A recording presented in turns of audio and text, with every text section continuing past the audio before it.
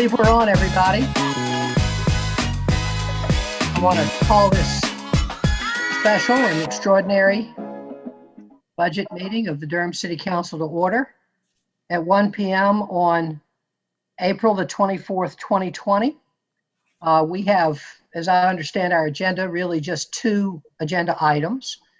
We have the discussion of the budget presentation that will be led by our budget department, and then a discussion of our budget guidelines. Well, glad to see everybody. And again, as always, thanks to our staff for helping us make this online meeting work. Thank you so much. And now I will turn it over to the city manager for his leadership. Thank you, Mr. Mayor, members of the council. Good afternoon again. Hope you're doing well. We do appreciate you taking the time on a Friday afternoon. I know we've all had a very, very busy week, but we need to spend some time this Friday afternoon talking about kind of the budget and where things stand. As I have said to each of you when I've had a chance to talk individually, certainly not unlike the rest of our community and so many people in the world, so to speak. Our world has changed around the budget. The last time we had a meeting with you to talk about the budget, I think was maybe early March.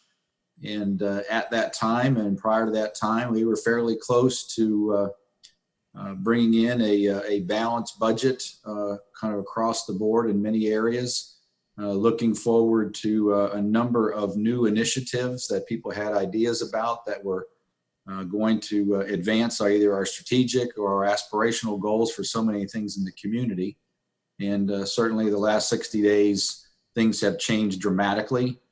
As you'll see shortly when the budget director talks about the financial positions and projections, we've gone from almost a balanced budget to about a $12.5 million gap in the general fund alone. But we want to spend some time this afternoon with the council kind of giving you an update of our best projections and best estimates about where things stand, both in terms of the current year, but also as it relates to obviously the budget that we will be bringing to you later in May and that you'll be considering in June. Obviously, the impacts of COVID-19 are continuing to evolve in many, many ways, but as it relates to the budget, there are so many aspects of both our revenue projections as well as our anticipated expenditure needs that we just don't know. We are using our best judgment to try to establish baseline revenues and think about where we have placeholders for either known or unexpected expenditures. But we know that unlike any budget really that we have presented to the council in my tenure, but probably councils have considered, this budget, while it will be adopted in a fashion in June, it will be evolving throughout the year as we learn more every month about things that either don't go the way we had anticipated as it relates to revenues, or probably more significantly, things we learn new about priority expenditures that we will have to adapt to. Hopefully, the financial position that the city has been in, that we've worked long and hard to establish, will give us lots of flexibility for pivots, and we won't have to make the very, very difficult decisions that I know a number of other communities across the country, and in some cases North Carolina, are having to make related to either service reductions or employee layoffs and those kinds of things. But again, things that we don't know now are probably somewhat the scariest for me to think about more difficult decisions than we'll already have to make. But I wanted to, let us walk through where we are today. Hopefully this will be an opportunity for certainly some candid conversations, but also maybe even some initial decisions as we talk through the budget guidelines, which has been our guiding document. We are very moving into a fairly short time frame that we will have some very intense staff work over the next couple of weeks after today to put together the final budget and be in a position to present that to you and to the community on the 18th of May. So with that, let me turn it over to Bertha, and she will take the presentation. Bertha is in City Hall right now at the dais, and we very much appreciate her and the budget staff who have really had to pivot in so many ways to help us think about the new impacts and the changes in this budget. It's almost like doing it twice, but they've done a remarkable job, and hopefully after today you'll see the kind of thinking and thoughtfulness that they've already brought to this discussion. So thank you. Thank you, Mr. Manager, and welcome, Bertha. We appreciate you. We know what a burden it's been over the last month since all this is turned upside down. So thanks to the manager and thanks to you, Bertha, and we look forward to your presentation. Thank you. At this point, I am going to share my screen with you so that everyone else can see the presentation that I sent to you yesterday.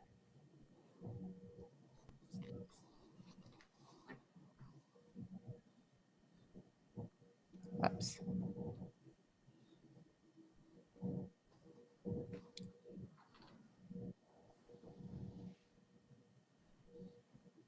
So really what we want to share today is we want to give you an update on our budget financial projections. The last time we shared those numbers with you were at our retreat in February on the 14th.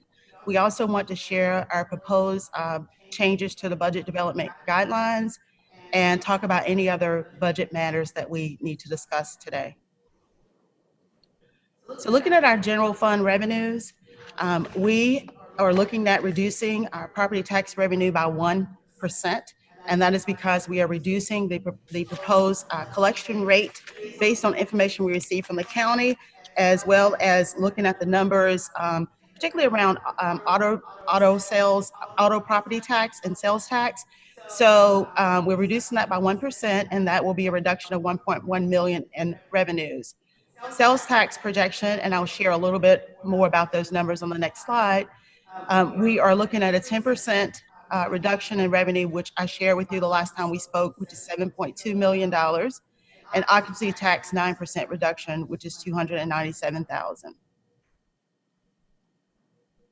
So looking at property tax, just as a reminder, when we reduce the property tax revenue, it impacts other funds as well. And so you can see here what the original adopted amount was for 1920, what the 2021 original budget was, which is what we share with you in February, and what our revised numbers are. And that is caused by us decreasing our collection rate from 99.6%, from 99% to 99.6%. That is consistent with what the county has done as well. And we're also keeping the vehicle tax portion flat compared to FY 1920. Bertha, Sure. Can we interrupt you with questions, or would you prefer us to wait to the end? Okay.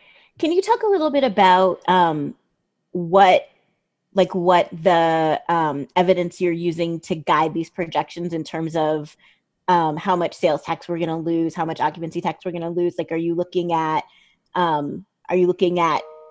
ideas about, how long stay-at-home orders are going to stay in place, or what's built into that prediction? That's a great question. With all of these projections, we've had multiple sources. We have our peer city groups that are in peer city geographically, Raleigh, Greensboro, Durham County, our other cities in the area. So we've had multiple calls and conversations with them.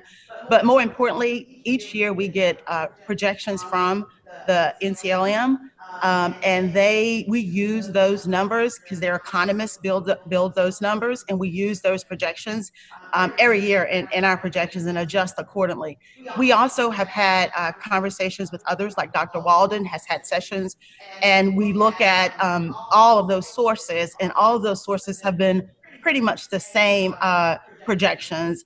For sales tax example, the 10% number that we use is also the same number that Dr. Walden gave us, the same number that the league used, the same number, and I'll show you another slide, that most of our cities are using, and it's in the middle of the highest and the most conservative and the most progressive. And so I'll share some more details, but those are the sources that we're using. And to the manager's point, we don't know. We are looking at this, daily as we look at our numbers, as we continue to participate in multiple calls with other organizations, as well as some of our state agencies.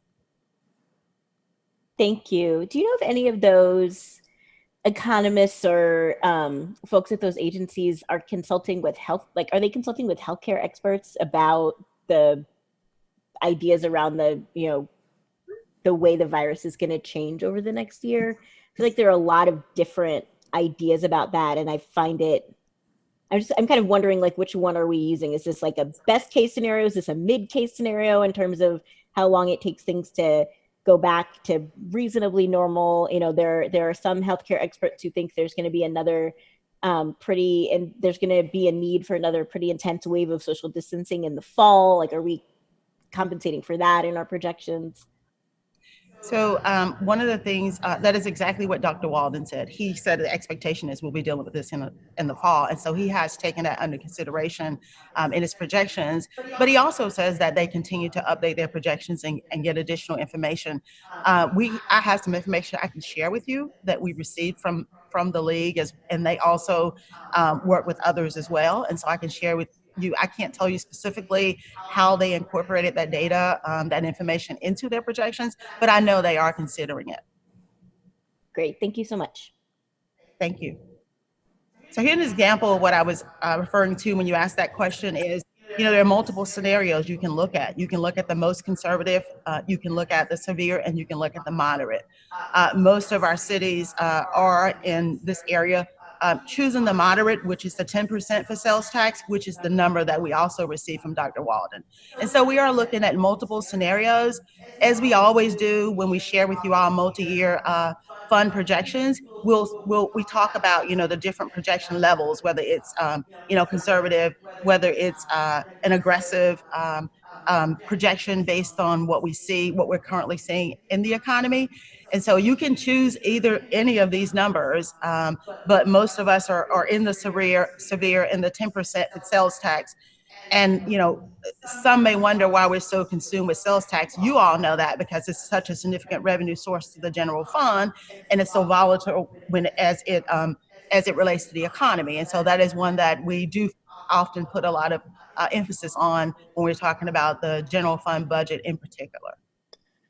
Can I be the person in the room to interrupt just briefly and say, I think maybe we should take attendance?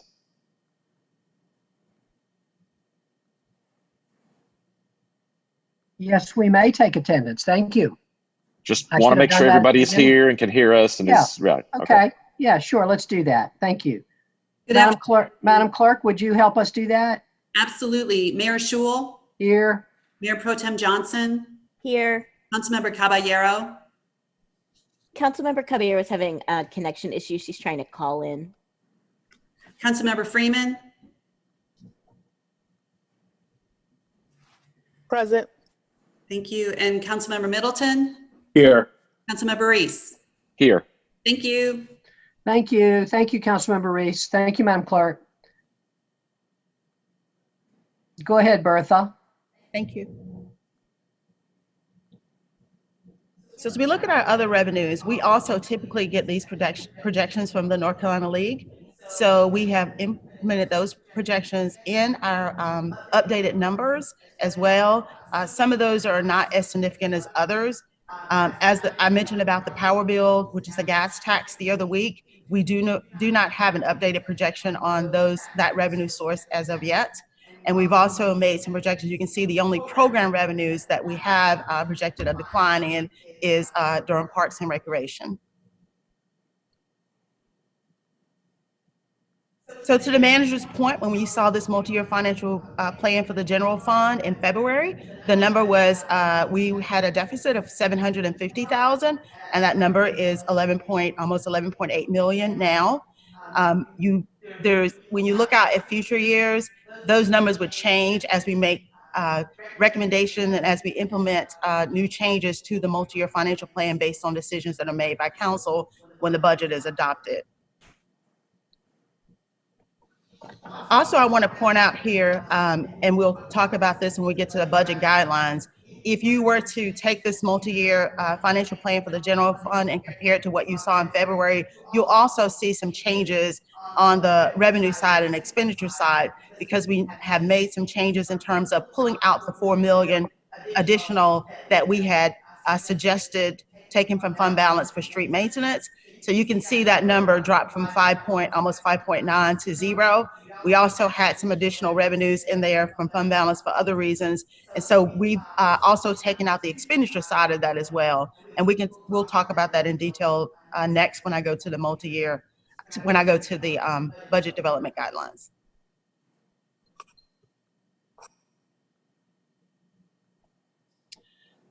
So what we've tried to do is we've tried to take those changes that you just saw in terms of revenues and incorporate those in some other language related to what we feel like we need to change in the guidelines that send the message of the priorities of the organization.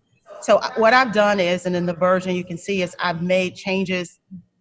I have changed the font color to red for those changes, as well as to strike through items in the budget development guidelines.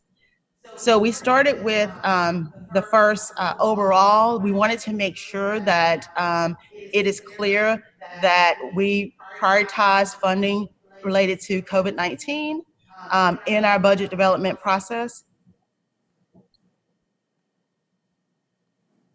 There is a request that everyone mute if they're not talking. Vivian is still getting some feedback.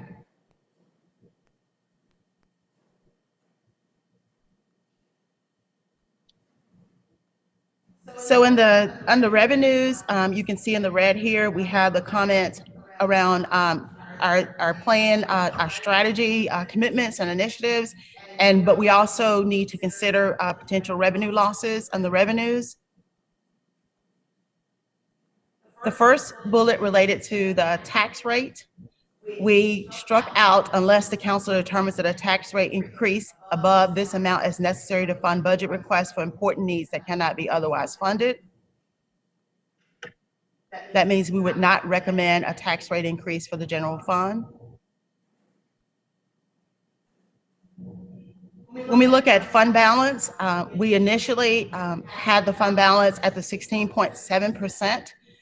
We would recommend that we not let it fall below 12%, which was our policy before we changed the policy to be 16.7%.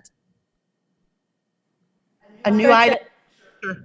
I'm sorry, that 12%, that's the level that's required by the state. Is that correct? That is a number that was in previous policies, and yet that is a number that's recommended by the state. But not required by the state. I think the state requirement is something like 8%, isn't it, Bertha? The requirement is 8%. Okay. That's correct, Mr. Mayor. It's an 8% requirement at the state level. Thank you. Another comment under fund balance is we added this item: fund balance may be considered to cover projected revenue losses. We did not make any changes to the debt service fund or the solid waste fund for the tax rate portion. The rate for the dedicated housing fund, we struck out an increase of 1.5 cents to cover debt for the affordable housing bond, which means we would not have an overall tax rate increase.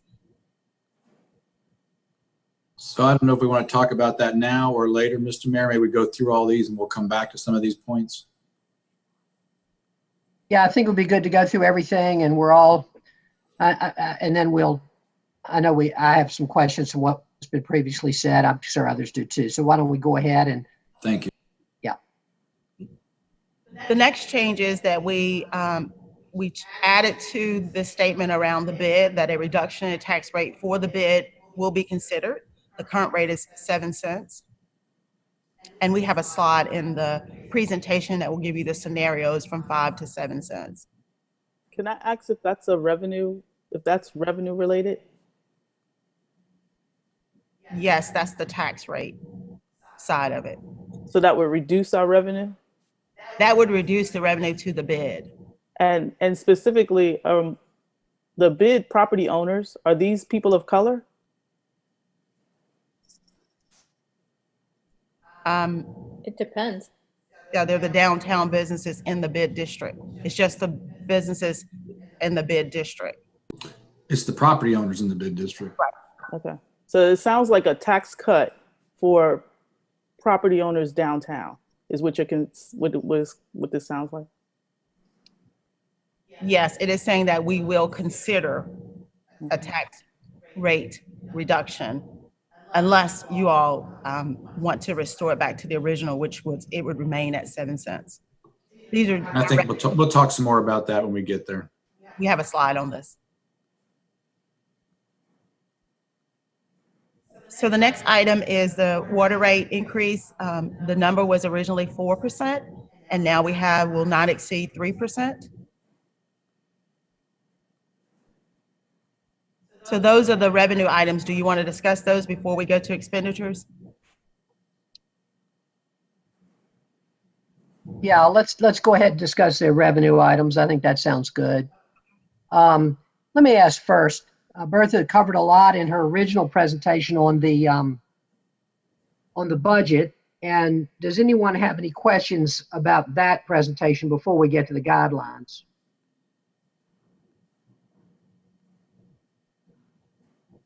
Anybody have any questions about that? I just wanted to just Go ahead. ask a clarifying question. These revenue areas, these are the only revenue areas that we're looking at right now? No, these are the revenue areas that we normally bring to you as part of the budget development guidelines. So this is just taking those guidelines. Normally, we would be bringing them back to you now for you to adopt them. Since the change in our projections and revenues, we need to update this version and get you to adopt a different version because we had to make changes to revenues and we wanted to make sure that there were some other recommendations on the expenditure side as well. We have other revenues, but these are the revenue, these are the guidelines we typically bring to council for adoption because they're the major revenue sources.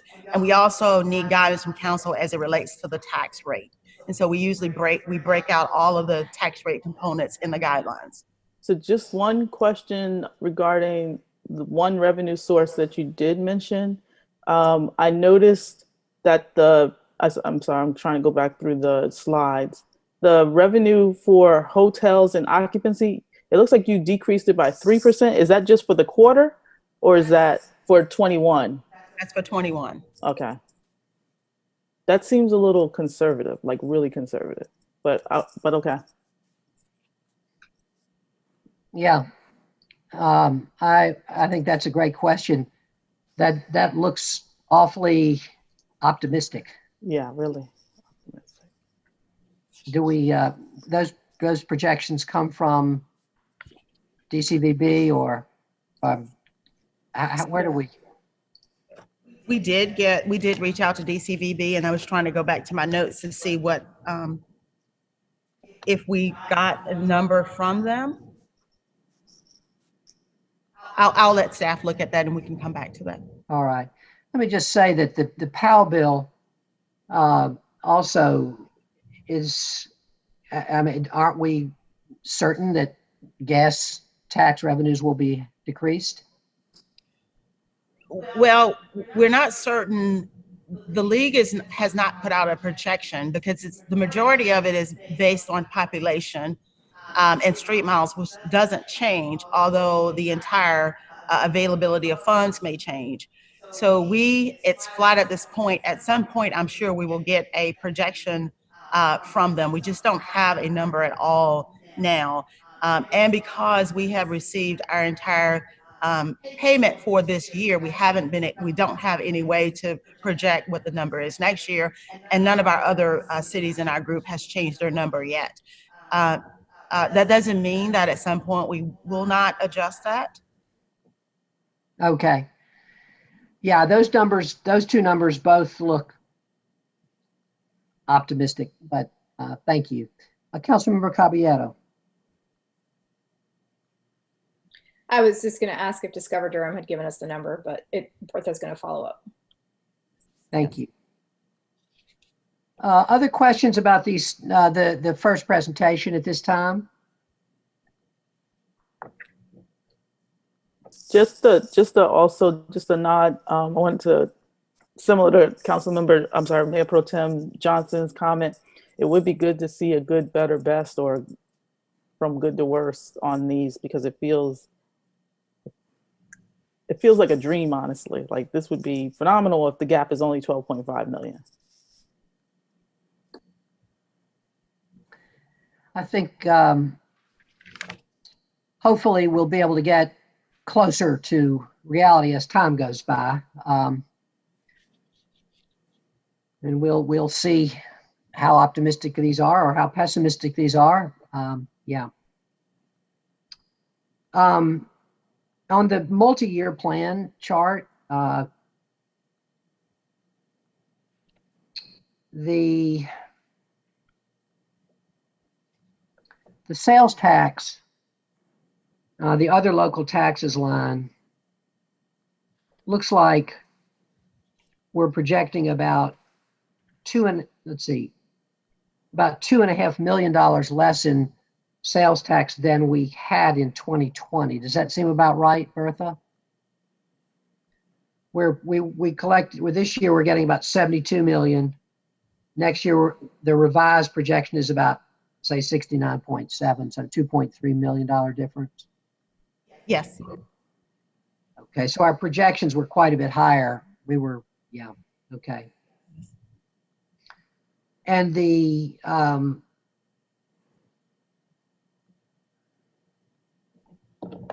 multi-year assumptions, and just looking at the bottom line, that's your $12 million gap there for 2021. And explain a little bit more about the gaps that we see in the following years. Assuming that what are the assumptions that have changed? I guess let me ask it this way. I can't remember what the gaps looked like on the original projection for those years. I believe we had some negative numbers. My recollection is into the future years that we were going to have to fill gaps also. And I'm wondering how this compares to that. I don't have those in front of me from the previous budget presentation. I do not have that in front of me either, but I would say that when you look at the next year, we have not changed our assumptions for 2022, meaning that whatever assumptions we had when we presented this to you in February, we haven't changed the assumptions for future years. So those revenue assumptions, the 3% gross in the sales tax, the 99% collection rate, all of those are still in. So that's why I said earlier is you really can't look at the future years because we haven't changed those projections, and you also don't see any contribution from 21 to 22 for revenues on the multi-year. Okay, thank you very much. Excuse me, I'm sorry, Mayor. This is John Allure, Assistant Budget Director. Hey, John. Hi, I just wanted to chime in on a couple of things there. One with the multi-year, because there's such volatility, particularly in what we know now and where we're going in the next 18 months, it really requires some decisions for those 18 months before we can really see what the roll factor is in the out years. So a lot of that would pivot and change. The second thing I wanted to address was occupancy tax, since it was brought up. When we presented this, the best we had was 3%. We, since presenting this, did hear back from Discover Durham, and they were looking more at 30%. So that would increase by their projections. However, I had not there's some new staff over there and I had not dealt with them. But that would increase the gap by about $800,000. Just keep in mind that we do look a lot at monitor occupancy tax, because obviously it's very important to us. It's a major revenue, but not to the extent that sales tax and property tax is.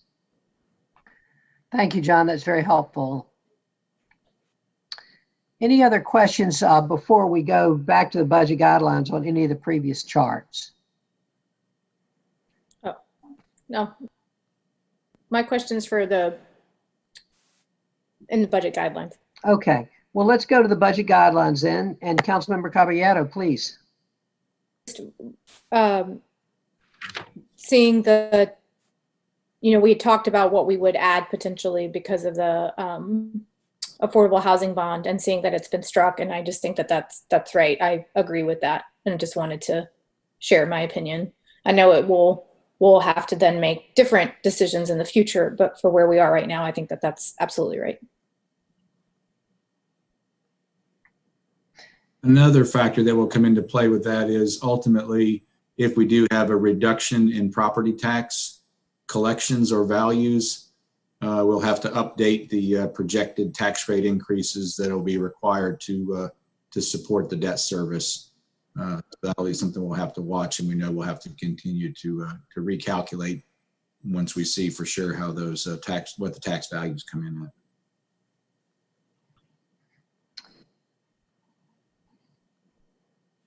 Why don't we do this, Bertha? Like what we usually do with these guidelines is we kind of take them one by one. So maybe we'll go ahead and do that. And let's look at the revenue guideline just to make sure everybody gets to be heard on those. Mr. Mayor, could I suggest we go through the entire budget guideline and come back to that? Because I think some of the expenditure side discussions may impact how we think about the revenue side piece as well, or vice versa. Sure, let's do that. Thank you. Thank you. So yes, I was suggesting that if you have questions on the revenue side, clarifying questions, we can talk about those now, but then wait to the end to make the final decisions.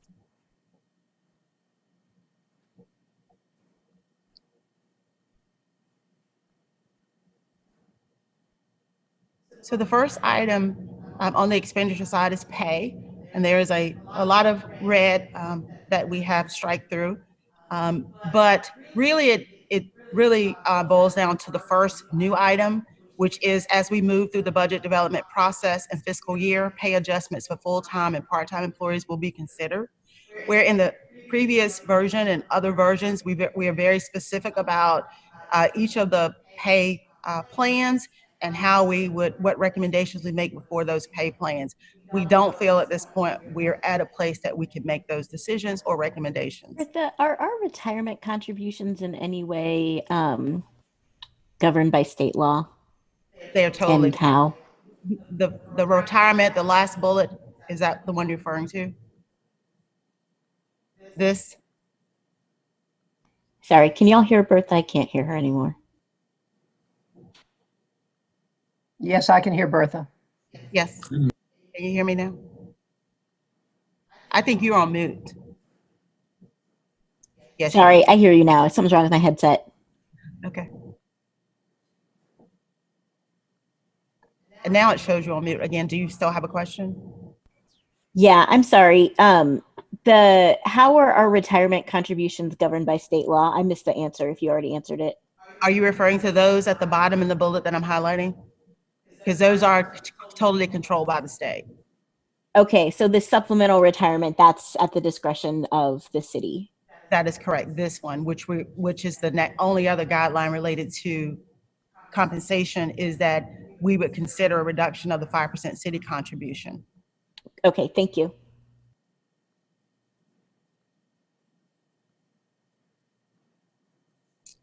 So the guidelines related to the dedicated street resurfacing fund, we originally had $6 million.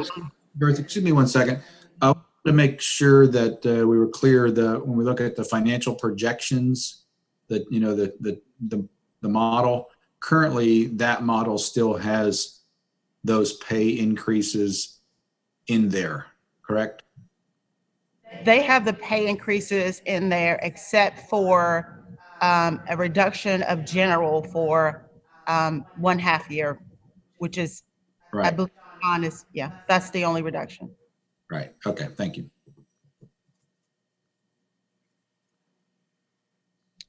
Thanks.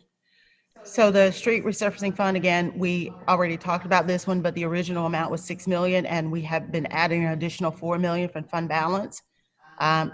Obviously, we feel like there may be a higher need for those resources.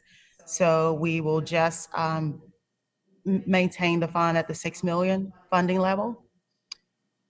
The maintenance replacement project will remain at 1 million. We've added 100,000 to that fund each year. We feel like this is a year that we want to use those resources, may need those resources for other needs. We did not change the fleet replacement funding. We also just struck out new funding priority to our strategic plan, and we added an item. The first item is funds will be held in reserve up to 5 million for future COVID-19 response, and that programs may be considered for downsizing or discontinuation. Can you talk a little bit more about the 5 million for COVID response? I'll have Tom talk about that. Sure. So this is one of those areas that, quite frankly, we just don't know. But my instincts are that there are going to be a variety of emerging issues. Some of them may be operational, and some of them may be programmatic, community response kinds of things that we will be facing depending on the length of time that obviously we are in a significant impact mode. And rather than try to either guess individual items and put a number on them or respond to a current request or urgency that someone in the community or the council thinks we should respond to, I thought it would be important for us to, for now, for budgetary purposes, just set aside an amount of money, and this is clearly an arbitrary amount of money, but set aside, try to think about how we would set up some COVID response reserve that once we had better handle or grasp on certain aspects of either operational requirements or community response requirements, that we hadn't balanced the budget without thinking about that. I don't know if that answers your question, Mayor Pro Tem. Yeah, that's helpful. Thank you. And is the idea that would come from the general fund balance? Or some combination, yes. Okay. That we would be setting that aside as a part of the budget. Obviously, if we didn't need it, or then that money could go back into the general fund, but that we go ahead and set aside some aspect of that that we know it is available. I would be really concerned if we start talking about dropping we can come back to it, but the fund balance below the 12%, because I think there's a lot of other ripple impacts to that. But I do think that before we embark on spending any of that excess or that extra fund balance on things, that we not forget to set aside some money for unknown, I call them at this point, COVID response needs. Mm-hmm. Does this budget take into account any of the federal funding that we anticipate receiving, the additional home and CDBG money or the transit money? Those are going to be in different funds, not the general fund. Okay, so they wouldn't be a part of this 5 million. Correct. They'd be separate. Okay, thanks. Thank you. Bertha, anything else you want to say about the guidelines, or should we go back to the top and start discussing them? We can go back to the top and start discussing them. And if you have other questions, I can move around if you need to. Thank you. Okay. Colleagues, let's start with the first red sentence. However, funding needs related to COVID-19 may take precedence. Any questions or comments about that? Mr. Mayor, if I might. Councilmember Middleton. Thank you, Mr. Mayor. Good afternoon, everyone, and to my colleagues and everyone watching. I think that is the appropriate tone-setting statement, and I think that's the way. I think that it strikes the proper tone for us to conduct our discussion about the budget moving forward. And we talk a lot about nailing down what the deficit or what the gap is going to be, and it's part science, it's part art. I was on a call with the North Carolina League of Municipalities Board of Directors yesterday, talking about how to project what the gaps are going to be, and I think a prevailing sentiment was, plan to govern for the worst and hope for the best. It's much easier to come down off of austerity than try and course correct upward as you get real time data. So I just at the beginning, that's how I'm going to be governing myself in this conversation. I'm assuming the worst, preparing for it. There are some red lines I think that we should have in terms of what is absolutely vital and critical for us as a city to maintain. Obviously, employment, benefits for our staff, but I'm assuming the worst in terms of the projection, and hoping for the best. So I want to thank the staff for the work that they've done, and I think that's a wholly appropriate statement. Funding needs related to COVID-19 may take precedence. I think that's appropriate. That's how we should govern ourselves. Thanks. Thank you. Thank you, council member. Any more comments about that sentence? I think we're all in accord, so appreciate your comments and thank you, Bertha. Let's move now to the second red phrase, which is, go back up, Bertha. Yeah, there we go. The FY 2021 budget must support the city's strategic plan in identifying funding to enhance priority programs and services while considering potential revenue losses. Everybody good with that? I'm seeing some thumbs. Thank you. The tax rate for the general fund rule. This one's very important. This is a big one. So let's give this some careful consideration. The tax rate for the general fund will remain at the current rate of 30.8 cents per $100 assessed value. And we had added very consciously that we would be considering tax increases above this amount for important needs that could not otherwise be funded. So the administration is now recommending that we not have that tax increase. And I will welcome any comments that folks may have about that. Thank you. Yeah, I think that that's absolutely necessary for the economic moment that we are in right now. We've got a really severe crisis, and there's, our important needs that cannot otherwise be funded are just not going to be funded right now. That's the reality of the situation that we're in. That's the reality of the situation that our residents are in. I think a tax increase this year would be, it's just not appropriate, and we got to move forward with what we got. I will add my agreement to that. There's a lot we want to do, but we're in a crisis moment, and I think this is the right recommendation. Other comments on this? I don't see everybody on my screen, so speak up if I don't call on you, okay? Councilmember Middleton? No, I was not. I don't see everyone as well. I think what's the screen, when we're in screen sharing mode, we still see the documents, so I don't have the benefit of seeing everyone as well. So we'll use our voices to pipe up. Charlie is waving. Thank you, Charlie. Thank you, Mr. Mayor. Thank you, Councilmember Freeman, for witnessing my plea for attention. Because this is such an important statement, I don't want to let simple silence equal consent here. But I will say that I think this is exactly right and exactly where we are. We're going to have to be very honest with our friends over the next several weeks about the situation we find ourselves in. And I think we're going to have to be very direct and clear with folks about how important it is for us to maintain essential city services in the upcoming budget. And I think what people also need to understand is that these forecasts, as we've heard today, are preliminary, can change as we go deeper as we get into the next fiscal year. We don't know what's going to happen, if there's going to be a relaxing of our stay-at-home orders so that our economy can get a little bit back to business, and then need to be restricted again as we hit an additional wave of the virus later this year. And so I think those factors all demand the very cautionary and the very careful approach that these guidelines set forward. And I just want to, as everyone else has so far, thank staff for putting in all the work to get us to where we are today.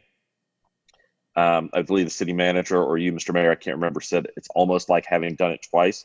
I think it's exactly like having done it twice, because they got very far during the first week in March toward what was going to be a really good budget with a lot of great new things in it. Now they've had to retool nearly every aspect of the budget to get us to where we are now. And as I said, this sentence and the revision here is really important for us as we go forward as policymakers into the budget vote that we'll have in June, but also to make sure that we're all in the community, obviously using appropriate social distancing, that we're in the community and talking to our neighbors, our friends, and city residents about why this is important and about how we all have things we want to do in the upcoming budget, and we're all going to be disappointed. But the critical issue is we have to preserve essential city services. I think that removing that language from the budget guidelines helps give us room to try to do that, even under a number of the worst case scenarios. So that's what I wanted to say about that. Thank you, Mr. Mayor. Thank you very much, Councilmember Reese. Councilmember Freeman? Thank you, Mr. Mayor. I'd also like to add that I appreciate the staff's recommendation to stay at where we're at. I would likely be encouraging us to look at lower, but recognizing that right now is the time for panic, so I'll just hold on any of that push. But I do know that folks are reeling right now based on their own personal finances and job loss and what have you. And I'm really concerned about how property owners will manage even at the current rate, considering that there's been quite a bit of property tax increases in the last 2 years. So I just want to make sure that I do note that I appreciate where we are, but I would like to push for more. Thank you very much. Any other comments on this one? Okay, I'm going to then just say that we have consensus. We don't traditionally vote on these things, the individual items in the guidelines at this point. And Bertha, you will at some point bring the guidelines back to us for a vote. Is that correct? That's correct. But I'm hearing broad consensus on this very important decision. So thank you very much, Bertha. And I think the next thing we have is a new item. Fund balance may be considered to, oh no, I'm sorry. Fund balance in the general fund will not be projected to fall below 12%. This is the number that we had in for many years. In the last few years, we used 16.7%. But we have always known that should one of the reasons we had that 16.7% was to keep a safety margin should a genuine emergency occur. And so I'll just say that I endorse this and am happy to hear other comments from members of the council. Councilmember Freeman, and then Councilmember Reese. Thank you. I appreciate that. I also concur with this projected or the recommendation. The only thing I wanted to note is that if there was not a move to push for funding in emergency cases for COVID-19 in the amount of $5 million, I would not be supportive of that 16.7% going down to 12. But noting that we will have unexpected expenses and having those funds available make me more comfortable with that going down to 12%. Thank you. Thank you. I think I call on Councilmember Reese next and then Mayor Pro Tem. Thank you, Mr. Mayor. This is the general fund is often somewhat erroneously and simplistically called the rainy day fund for cities. However, I think it's raining, and I think dialing back our expectation on how much of fund balance we retain is exactly the right thing to do right now. That's what it's there for. That's why we keep it. And it's a testament to how well run the city has been for the last decade that we are in the situation we're in with the fund balance. And so, we've all had moments over the last number of years where we've had things we wanted to do and wanted to spend fund balance on. I think for the most part, we've been responsible about that, and today is a day to be glad about that and to agree that I think 12% is the right number from where we are. It won't always be the right number, but I think it's the right number for this upcoming cycle. Thank you. Thank you very much. Mayor Pro Tem. Thank you. Could we hear a little bit more from Tom about what other consequences there are to going down beyond past 12% down to that state minimum of 8? I don't think that that's necessary now, but if, as the rain increases, if we need to pull additional sources of revenue to manage operations, what would be the impact of going down to the state minimum level? Well, there are a number of factors, and I was going to comment even about going down to the 12% factor. Certainly, the biggest impact would be, how it played out on our bond rating. 12% is typically a fairly standard place for us to be. So that would be one. The other thing I was going to say too is that how we use fund balance is something that we usually are very protective of. Typically, we say fund balance will be used for one-time expenses, so that we don't spend money that we think we'll need every year, but we only have it once. This is a fairly exceptional time, obviously, as Councilmember Reese said. So I think to the extent that we accept the projections for future years as a somewhat return to normal, then I have less concern about that.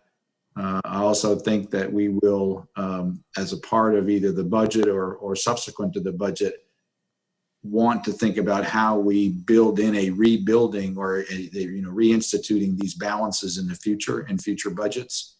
So we don't just say, okay, we're going to start living with 12% from now on.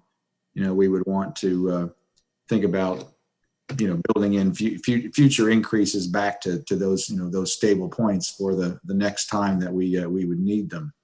Bertha, do you happen to have the numbers, like the absolute dollar amounts we're talking about in any of these contexts? We had a slide previously, but I don't know if we have that today.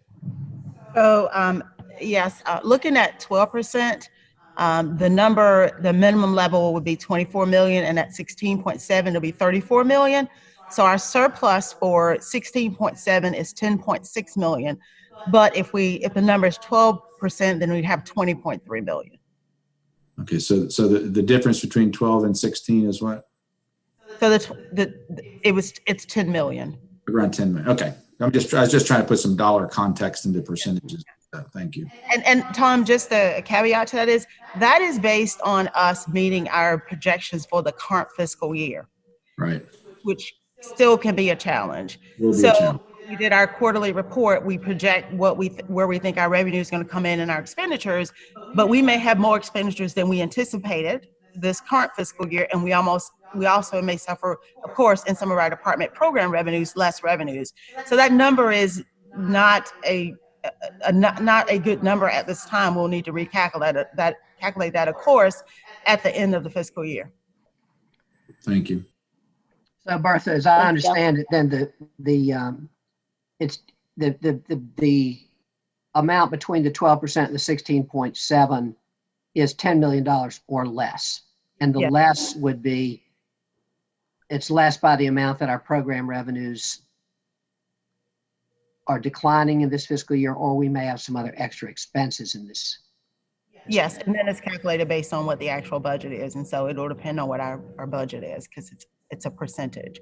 So we will have we'll have a number. Obviously, by the time we get closer to the manager's budget, we will continue monthly but we are starting, of course, we have some revenue shortfalls already in our departments, as well as some of our other revenues slowing down.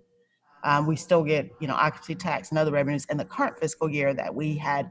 Normally we come in within 1% of our projections. And so that may not happen this year. Right. So there's the revenue challenge. There's also, I guess, some of the fee challenges are there's the property tax collection challenge, but there's also the I guess that, for example, Parks and Rec is in the general fund. That's correct. Yeah, that kind of thing. Okay. Mayor Pro Tem, I think you may have had another question or two. Nope, I'm good. Thank you. You're good? Okay. Councilmember Freeman? I think I just wanted to ask quickly if the tax revenue shift or the tax date shift is going to have an impact on which quarter that's going to come in. Does that have any impact on where we'll stand at the end at June 30th? Are you referring to income tax? Yes. No. So when the property tax does actually hit, I guess the city, because it's coming from the state to the county, how does that any of that timing matter? Are you speaking of property tax or sales tax? Both. So property tax comes from the county to us. They collect for us. And the majority of that revenue is collected in January. Most people pay it by the end of the year. So we have very little coming in after January. The sales tax revenue comes from the state. And so we get that revenue on a monthly basis. Okay. Thank you. I think Councilmember Caballero had a question as well. Yeah, let me come back to that too, Councilmember Freeman. I think that one of the things that we have experienced before during the recession in 2008, and that I expect we will experience now for a couple of reasons, is probably some delays in those receipts of those sales tax collections. That's what I was getting at. I think the state is likely to extend, time frames that businesses and have to submit their sales tax. But also we have seen many times that the state, for their own cash flow requirements, have been a little bit slow to push. So we are continually challenged when that occurs, because we'll receive a payment for a month, but we're not always sure if that's 100% of the payment that we should have received or some subset of that. And so as we make projections, we're always trying to think through, is that a complete collection or not? And then remember that we have a 3 or 4, is it 4-month delay, Bertha, or a 3-month delay? A 3-month lag in the best of times from when collections are made till we receive them. But I expect that that's going to be even more significant. So it is going to be a challenge for us to really manage and project sales tax throughout the year for a variety of reasons. Okay. Thank you. Thank you. Councilmember Caballero, did you have a question? Yeah, just clarifying. So basically the rainy day fund may already be getting used or seems likely to be used in our current year, which then draws down that 10 million because of current gaps. And then that also then gets kind of snowballs more into next year. Right. I think that was the point the mayor was making with its 10 million or less. Yeah, or less. Okay. Is there, and this is just, you're going from 16.7 down to 12. Do some people do you have to go from one straight down to the other? I mean, do some people tier it at less percentages? Oh, absolutely. Absolutely. Okay. Thank you. Thank you. Are there any other questions? I'm looking at the group. I don't see any hands up. Any other, Councilmember Freeman, on this issue? Yeah. Just one more. Councilmember Caballero's comment brings to mind. Does this decrease in rainy day funds have an impact on bond ratings by any chance? Just making sure that we're keeping that in mind as well. I think Tom mentioned that in his comments, so that is considered as part of the bond rating. Yeah, I think below 12%, I would be very concerned. I think my thoughts from all the years we've talked about this and David Boyd's conversation with the rating agencies is that when you use some of that fund balance or we lower an amount, the bond agencies really want to know what's the plan for building it back as much as the fact that you used it.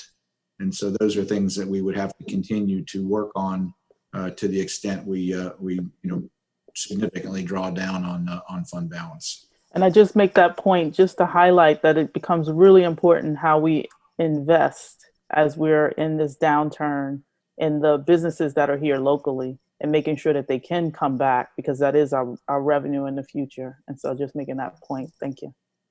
Thank you. All right. I think that we have, again, on what I would consider a very important issue, reached a consensus. Is everyone good with this budget guideline? Is there anyone not good with the budget guideline? Okay. We'll now go to the new item underneath that. Fund balance may be considered to cover projected revenue losses.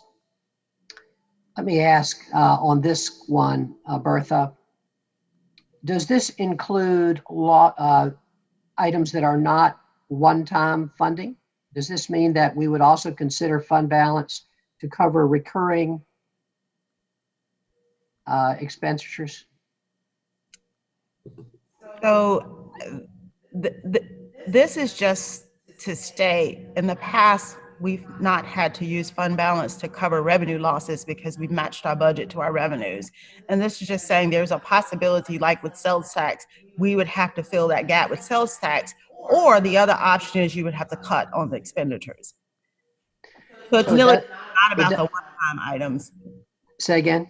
It's not really about the one-time items. It's just saying that this is a different use of fund balance to cover a revenue shortfall where we may want to make that decision versus cutting on the expenditure side. Right. And Mr. Mayor, this is the point I was making, that, you know, some of the decisions around using one-time revenues for reoccurring expenses are, to what extent do you believe that those revenue losses are permanent, or to what extent do you believe those revenue losses would be restored in either later in the year or in future fiscal years? And there's lots of debate about that, but on its surface, based on what we continue to see about the economy in the Triangle and in Durham, and the bounce back and all those kinds of things, I stay pretty optimistic about this, even though we acknowledge that there's lots of pain and suffering, both figuratively and practically, along the way, for maybe the next 12 months or so.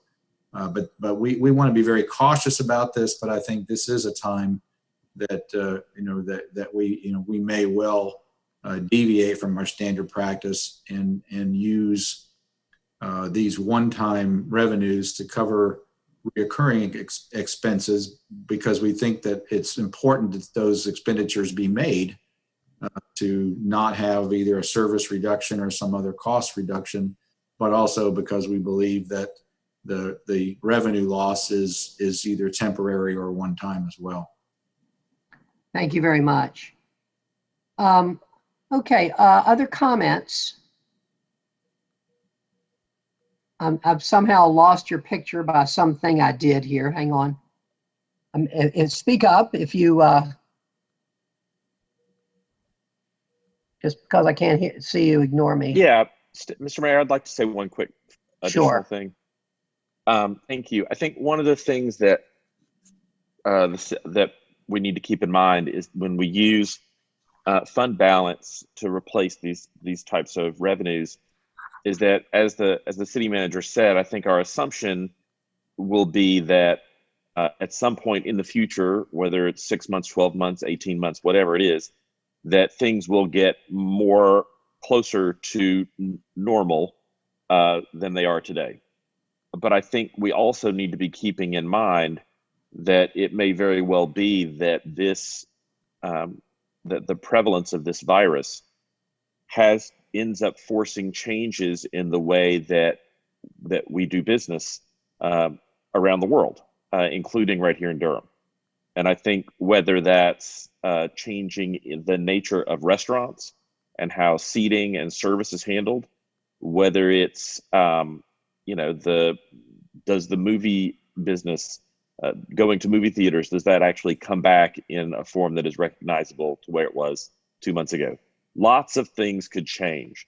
And I think as we kind of move into the, I guess, post-COVID world, or the fully COVID world, I guess I should say, I think we need to be aware that we won't always, there will come a point where we have to change how we structure the budget, change how we raise revenue, such that we can't just keep going to the fund balance to accommodate that. So I think, for this for this time, this is exactly the right decision to make. But I think in the long term, we obviously need to keep our eye on how our economic base is changing with the new reality that I think is going to be forced upon us in the years to come. And obviously that will have implications in a lot of ways. But I think right here, it's that we can't, that, using fund balance while we're trying to figure all that out is a really good idea. But beyond that, it's not. So thanks. Thank you, council member. Anyone else like to make comments on this? Okay. Thank you very much. I think we're in agreement. And these are important decisions, and I really appreciate everybody's thoughtfulness. The next one is the tax rate for the dedicated housing fund will remain at 2.0 cents. So this would be, we had previously decided that we would raise the taxes per the voters, what the voters did on the bond referendum. And the administration is here recommending that we not have this tax increase this year. Let me just ask a couple questions about this. We have I'm reading the presentation, we still have the only decline in the dedicated housing fund projected is the relatively small decline in property tax collection rate. Is that right, Bertha? That's correct. I want to remind you, we'll be showing the other funds. Yeah. After we get through this, so you might see that a little bit clearer too. Yes. Yeah, I saw that when I read the presentation, and the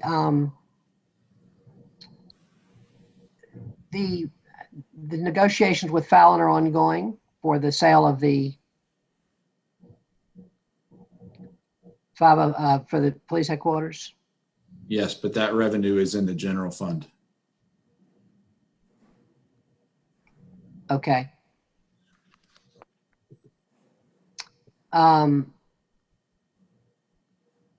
So we had discussed using that revenue for affordable housing. What is our thinking on that? Well, at this point, that as we talked about at the budget retreat, those decisions are to be made. But I believe right now, the revenue projections, and Bertha, you can correct me if I'm wrong, for the current year anticipate receipt of those funds in the general fund? That's correct. Okay. So that current projection that you gave us, Bertha, that's where they are now? That's correct, in the current fiscal year. Okay. All right. We've heard from Councilmember Caballero on this one. Other folks? Mr. Mayor? Councilmember Middleton. Thank you, Mr. Mayor. I think Councilor Caballero is dead on this. Some may remember that I argued, I debated rather vigorously for this increase in anticipation of the debt servicing of the affordable housing money we would raise. I thought that since voters had overwhelmingly agreed to take on this debt, it'd be a good idea from a financial prudence point of view to get the money early and start collecting interest on it in anticipation of the debt that we knew was coming. But in light of these overwhelming and extraordinary circumstances that we find ourselves in, I think this is a most appropriate recommendation on the part of our staff, and I support it fully. Thank you. Thank you. Councilmember Reese? I agree. Everybody else? Anyone else? Mr. Mayor, I just wanted to Tem? thank you, add that we're in this difficult position where at the same time as our revenues are going down and our community's overall capacity to pay taxes is going down, the need in the community is going up, particularly with regard to housing and food and all these other basic needs. And so these are going to be really difficult decisions, right? These programs are things that help our most vulnerable residents be able to, afford housing and continue to live in the city. At the same time, we're, dealing with the impact of increased taxation on those same people and on the city overall. So given that we don't need this increase to put into place our first year of our housing plan. I think, and that this year is, not a good year for a tax increase. I think this is the right way forward. But I, continue to have in my mind that we're going to have to figure out some really difficult questions around, meeting the increased needs in the community that are coming up as a result of COVID, with the limited resources that we have, and those resources becoming even more limited as a result of COVID. So yeah, it's a tricky place. Okay. Any more comments, Councilmember Freeman? Thank you. I appreciate Mayor Pro Tem's comments. And I just wanted to note that there is also, which is why I was arguing vehemently against increasing tax in our last meeting regarding the budget. There are a lot of folks who were experiencing COVID-related financial situations prior to this, and they're disproportionately people of color. And I just want to be mindful at all times that yes, where COVID has created some financial hardships for some are still experiencing that on top of the financial hardships they were already facing. And so just being mindful that the way in which we do invest, I'm going to keep hitting on that point, is that it's not just the businesses, but it's the people and being able to stay in their homes. These things matter, and creating the safety net that we know that the federal government's not going to create for some folks who wouldn't qualify for services is really important. And so I want to say again that it's I'm very grateful that the staff has already put in the recommendation, the $5 million for COVID-related expenses that might arise, because we know that they are out there. Thank you. Thank you. Okay, I will also agree with this. I think it's the necessary and right step. I think that in terms of the emergency, we have an affordable housing fund. We have a dedicated fund, and we have to make some choices about those funds. We still have housing funds, and we will get some more CDBG money from the government. I'm not sure that we know how much exactly. Maybe we do. But we will be having to face important community concerns. We have our dedicated housing fund to think about that from, if they're housing related, and we also have potentially this COVID reserve, which I'm in complete agreement with, that we don't want to commit now because we want to see what the needs are. So I think we have unanimity on this as well. Any more comments on this one? I'm just trying to look through the whole screen here. Okay, thank you. We'll now move to a reduction in the tax rate for the Downtown Business Improvement District will be considered. We haven't seen that chart yet. Do we want to wait until we see that chart to discuss this one? Bertha? It's up to you all. I can go. I think let's do that. Let's hold on that one until we look. We haven't seen that chart yet. Okay, the next is the proposed water and sewer rate increases will not exceed an average of 3%. It was, let me see it. What am I seeing here, Bertha? I can't tell where is there a line drawn through the 4%? It is.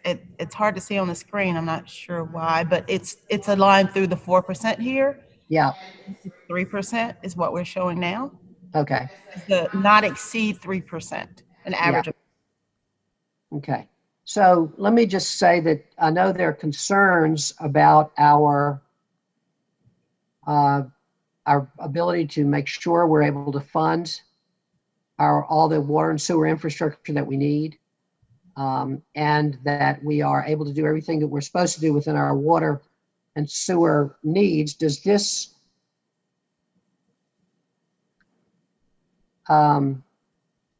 adequately address that at 3%?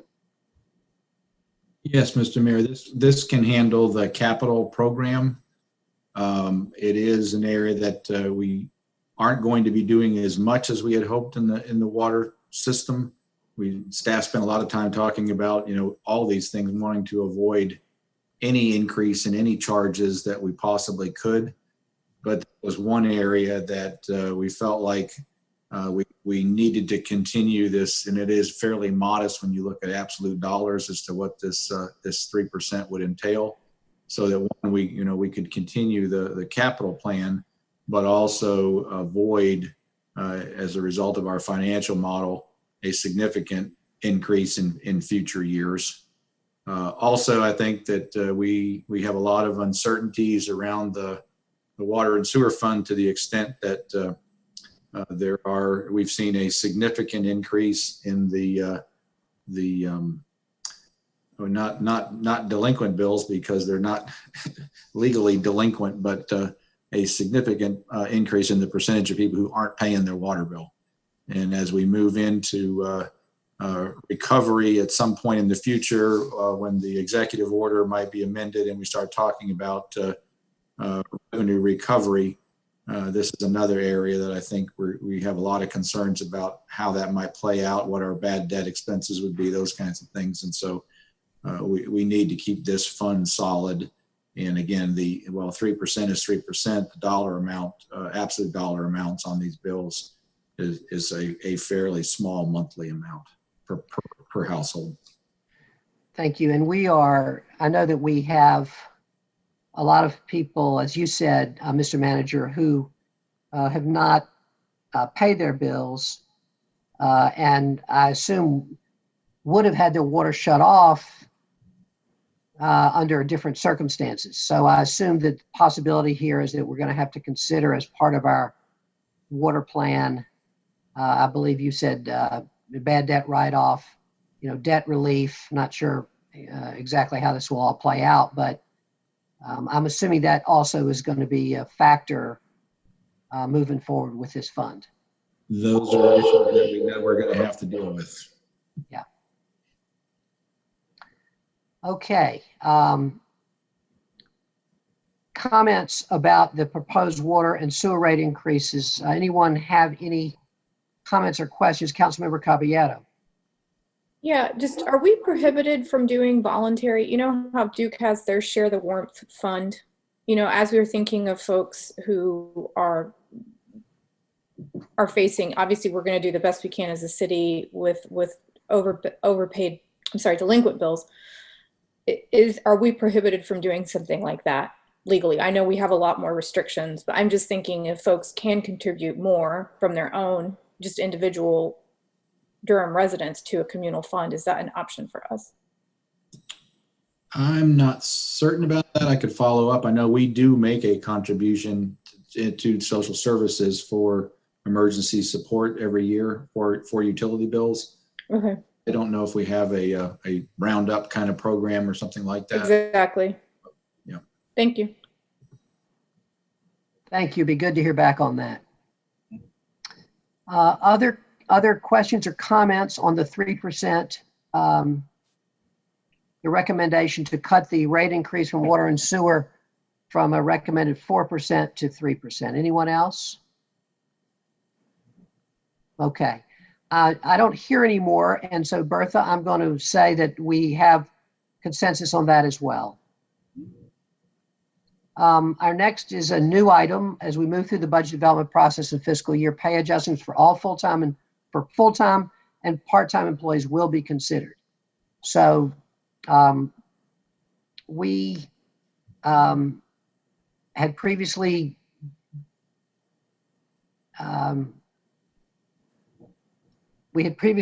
outlined very specifically, as we always do in our budget guidelines, what the average pay increases were going to be. But under the uncertain conditions that we're in, the administration has recommended that we will have to look at adjustments to what we had previously recommended. So I'll open up for any comments that you may have.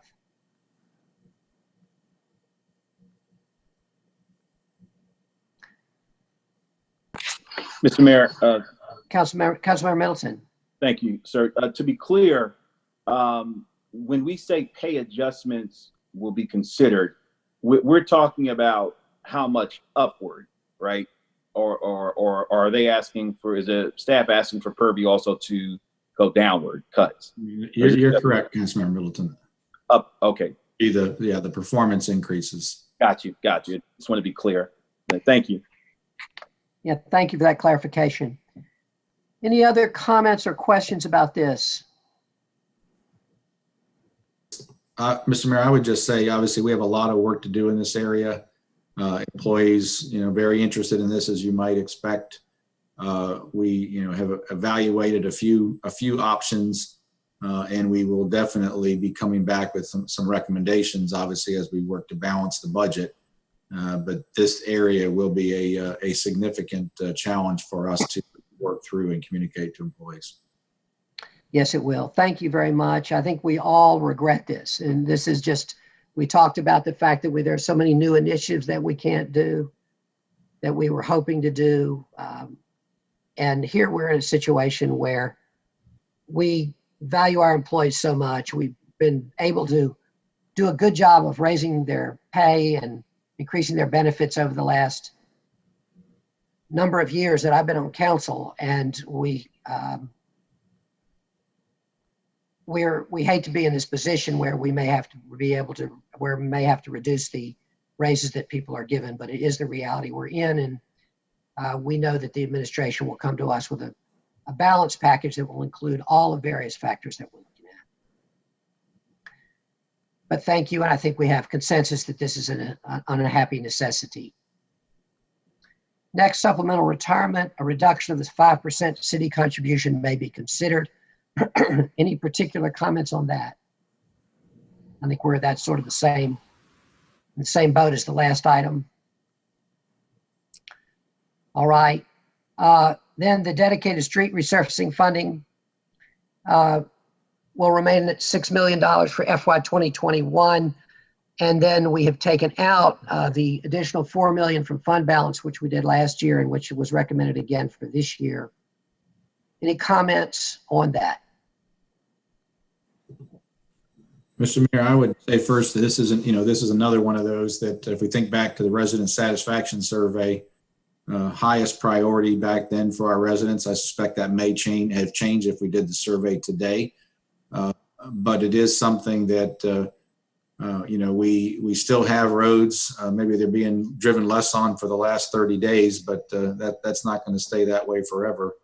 The consultant and the previous work even suggested we should be spending as much as $20 million a year on street resurfacing. So this, in doing this during these very challenging times, it would be an acknowledgement that we are willing to, as a community, in a sense, have lower the standard for which our roads will, not necessarily function, but I mean the conditions of our roads will definitely deteriorate and will continue in future years. You can just if you remember the model, the longer you wait to do certain things, it's an exponential cost in the future for waiting. But again, this is another one of those extraordinary situations that we'd prefer not to do, but I think realistically it may be a place where we are. Thank you, Mr. Manager. Any comments? All righty, I'm assuming that Councilmember Reese. I just wanted to say, I know this is especially painful for those of us who have been involved in working with residents to try to address a lot of these kinds of problems. I spent a ton of time, or at least I did until about 7 weeks ago, being told about road repair needs, going out and looking at them, and referring those to staff. And this is tough. I know we're all going to be mindful of what the city manager just described about the need to stay on top of this as much as possible. But I absolutely agree that right now it's time to focus on the essential services that we need to provide. And so I support this measure. Thank you. Thank you very much, Council Member. I also support this measure. Is there anyone else that would like to comment? I think we're all in agreement. Councilmember Freeman.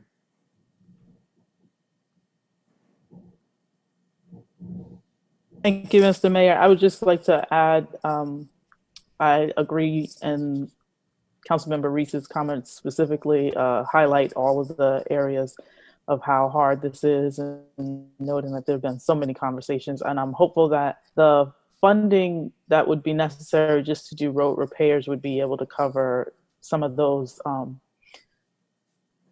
failures that folks seem to report through Durham One Call. And so I'll just continue to have those conversations with folks to make sure that they're doing, sure that that's reported, so that we can keep track of what's happening and where failures have occurred, as opposed to just, focusing on the repaving. So thank you. Thank you. Any other comments on this one? Okay, again, Bertha, thank you. I believe you have our consensus agreement. Funding for the maintenance replacement project plan will remain at $1 million. We usually have been, the last few years, we've been increasing that at $100,000 per year. The recommendation is that we don't do that this year. Any objection? Everybody good with it? Okay, I see some thumbs, thank you. Next is new funding priority will be given to those requests that support the strategic plan. New funding priority is out of this. We are not doing new funding, essentially. And I just want everybody to be very clear about that. This is very painful. There's so many things that we would like to do, and I think that what Councilmember Reese said early in the meeting is very important. We are going to be hearing from lots of people, mainly our friends, who want lots of different kinds of spending that are not COVID related, but are things that we want to do.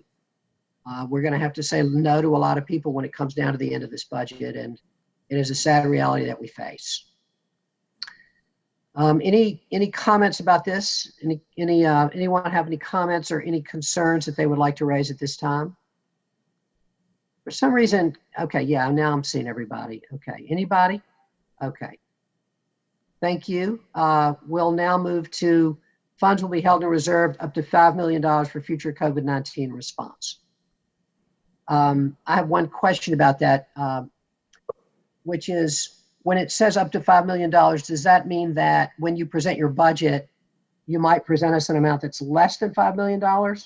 Or does that mean that, yeah, so what does the up to mean? Yeah, that's what that means, Mr. Mayor. I don't think I was thinking more, what's the maximum amount that we were targeting? We will shoot for that, but obviously as we go through the budget and look for where the the balancing mechanisms are, it may be something less than that, but that would be my goal, that I would hope we could get to without other ramifications, because I think there is potential from a variety of fronts that will be needed. In some cases, there may be ongoing expenses that we need to figure out a way to pay for, but I think there's also a lot of there will potentially be a lot of one-time expenses as well. It's just something I think it's prudent that we keep in the forefront, again, for those things that, quite frankly, as we say here today, we just don't know. Yeah. And so that includes, as I understood you, two categories of things. One is things that might occur from city operation side, but also community needs. So, for example, would this include potential assistance to small businesses? Correct. Okay. All right, council members, questions, comments? I see a thumb up from Mayor Pro Tem. Any thumb up from, I see some thumbs up. Okay, great. I want to just say I appreciate this initiative, Mr. Manager and Bertha.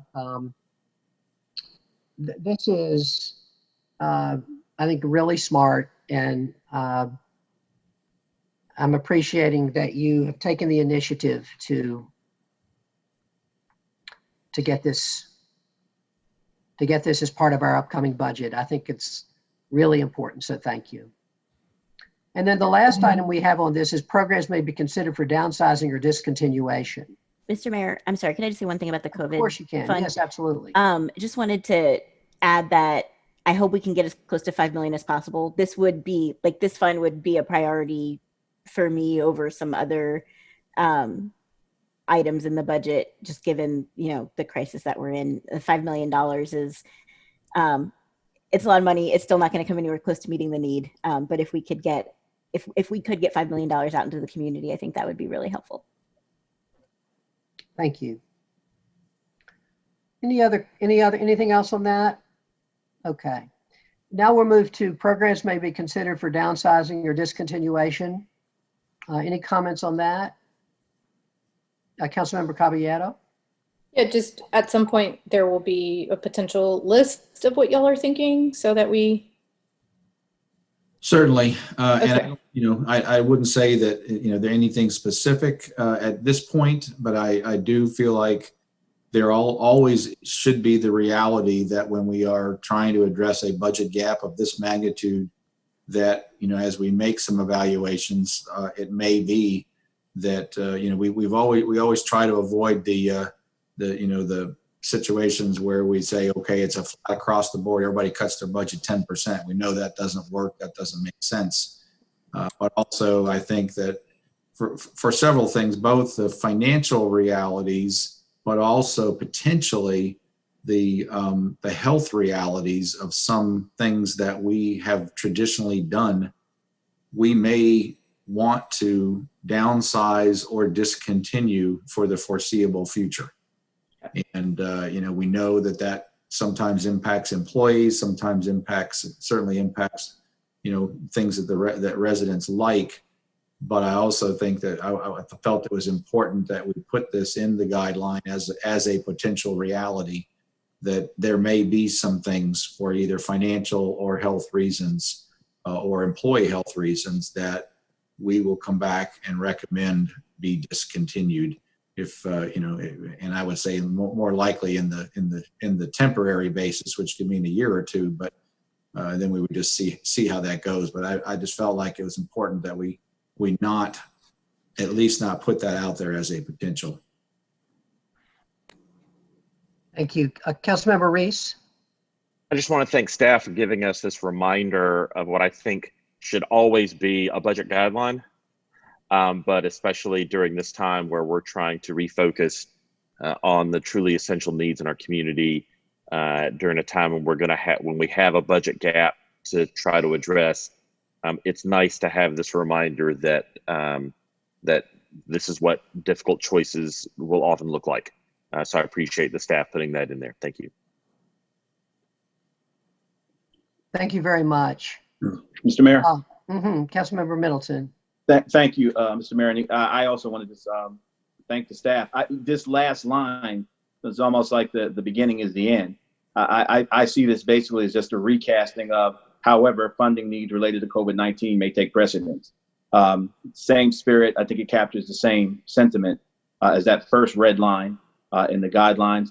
I think we as a city are going to have to make the same choices that families and households are making at the micro level. And insofar as the city's one big family, one big house, we're going to have to look at our family budget and make some decisions. When times are tight, you may not get to take that vacation or buy that second vehicle. And that's where we are as a city. So I think this is wholly appropriate, this line, and it's going to be tough. It's going to be tough for all of us, but no tougher than it is for families that are making these type of decisions, thousands of them all around our city right now at this very moment. So I thank the staff. Thank you. Councilmember Caballero.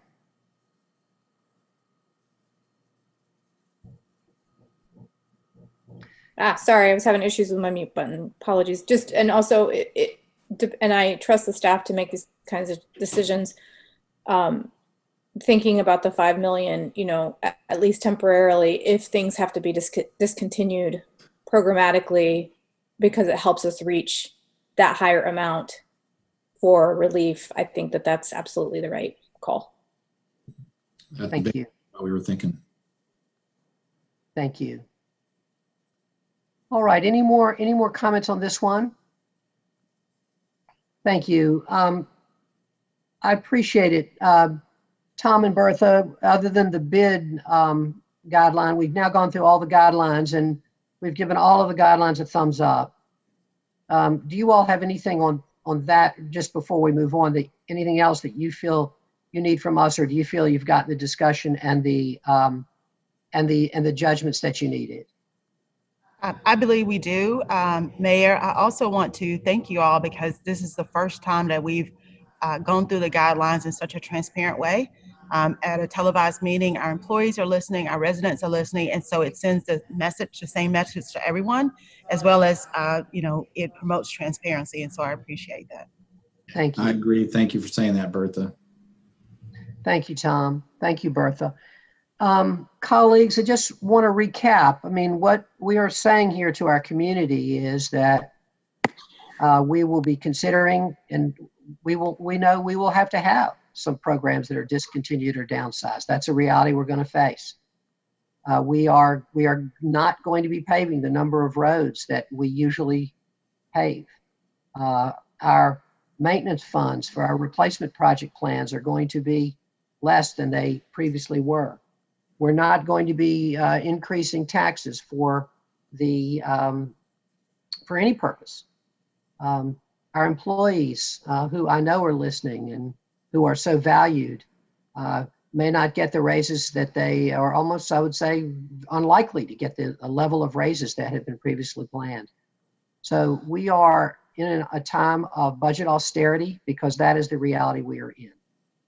I can just say I cannot think of a team of people that I am more confident in than our budget team that Bertha Johnson leads, our finance team, all of our city management, the ability to make the adjustments that we need to make, and our city manager, who has already guided our city through a very, very difficult budget time 10 or 11 years ago, Tom. And we're so fortunate to have you all to be leading this process and are very, very so confident in your ability to do this well. So thank you. Thank you, Mr. Mayor. All right. I think now we should move to the rest of the presentation on the other funds. We will come back to the bid. Once we hit the bid discussion, we'll come back to that guideline. Thank you. So the next fund we want to talk about is the transit fund. We expect the fund to be able to operate within the 3.75 cents. Although the fund is losing some revenue with property tax based on the adjustment of the collection rate, $134,000, there is $12.2 million that's been appropriated to this area by the CARES Act. And I believe on May 8th, the MPO will vote on the split of those resources. And so there is an opportunity for additional resources for the transit fund. The fund does not have fund balance. And so if the funding was not available through the CARES Act, we would have to look at how we would provide some additional resources to this fund. And so until that point, we really don't know the exact number until we see what that apportionment is. Thank you very much. Are there questions at this point, or anyone want to discuss the transit fund? I'm trying to see if there are any hands up. I don't see any. Okay. Yeah, so looking forward to hearing what the transit fund operating support is from the CARES Act. That'll be super important. And we'll look forward to hearing back from you on that. I am going to be at that May 8th meeting as I'm the alternate on the MPO, and I'll be stepping up to be at that meeting because, of course, Fernetta will no longer be there, but Charlie and I will be there as part of that. Thank you. Charlie. Thank you, Mr. Mayor. Just on transit real quick. We don't know what the amount of CARES Act money is going to be that flows into the transit fund. So it's hard to know. And also, I don't think we've done enough work right now to know how the new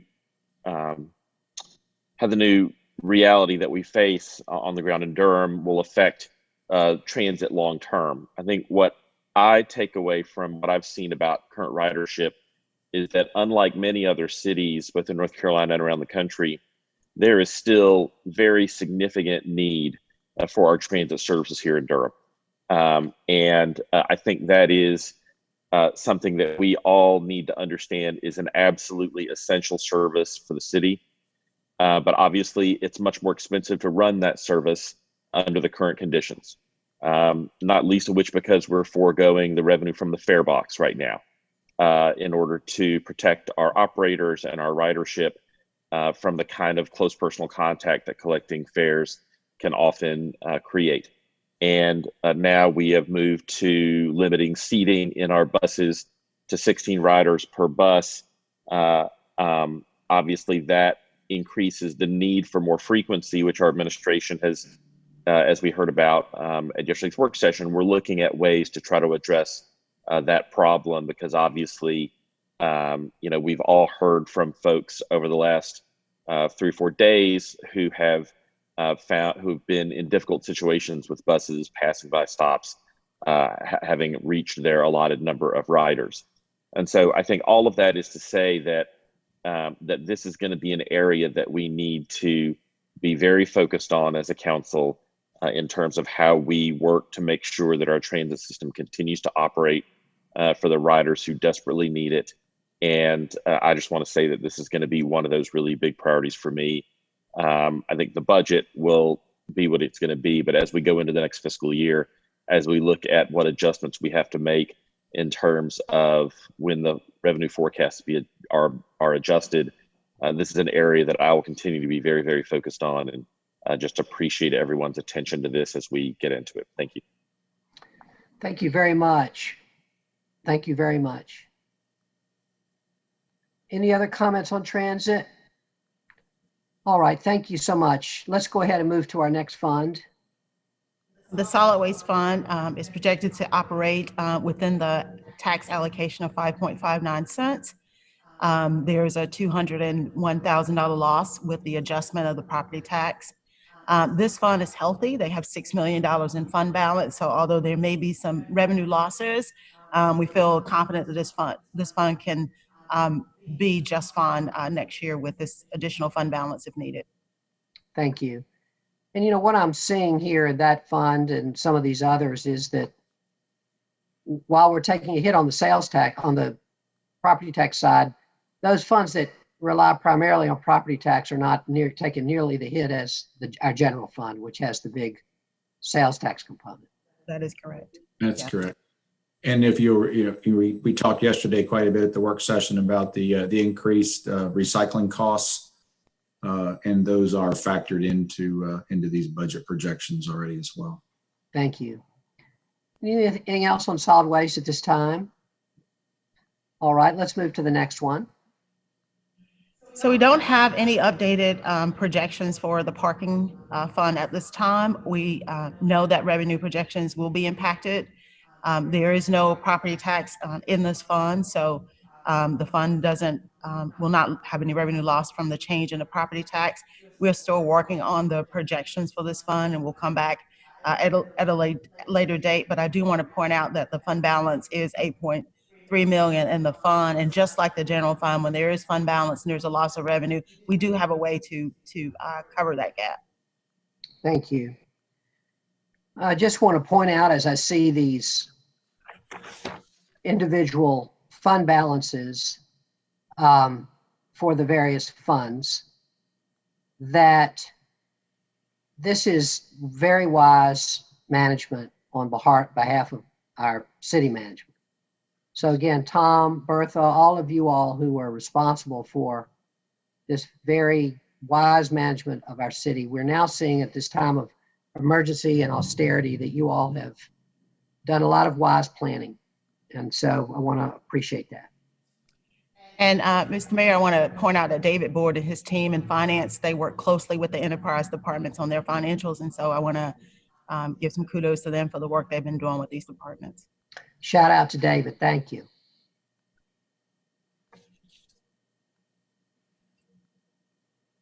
So the bid, the scenarios we have here is the bid expected revenue at 7 cents, 6, 5, and 5.73. 5.73 is the revenue neutral number that we shared with you last year after the reval.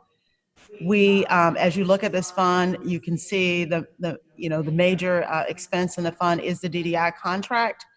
And for the purposes of this presentation, that number remains flat at each of the scenarios. We, if you look at the 6 cents number, that's pretty flat in terms of the surplus or deficit. So in the guidelines, we had that we would consider a reduction, meaning that we would just have the option to look at a reduction in the bid. And we certainly wanted to have this slide here so that we could have some discussion with you all and get some feedback. Could you describe to me what is the major actual functional difference that would occur were we to reduce the bid tax rate? So if we reduce to 6 cents, we would hold, and others can jump in, we would hold the contract at the same rate. If we dropped it to 5 cents and tried to hold the contract at the full amount, you see we have a deficit. So the only funding source for this fund is the bid tax, as well as the revenue that the general fund puts in, the $250,000, which we had talked about a possibility if we needed that funding elsewhere. So at 5 cents, we would either have to reduce the DDI contract. If we wanted to maintain the contract at the 1.2 million, we would have to find an additional 152,000 and you see the scenario at the 5.73 cents. So at this point, the break even is obviously at the 6 cents where you wouldn't have to reduce the contract. The DDI submits a budget request through OEWD every year.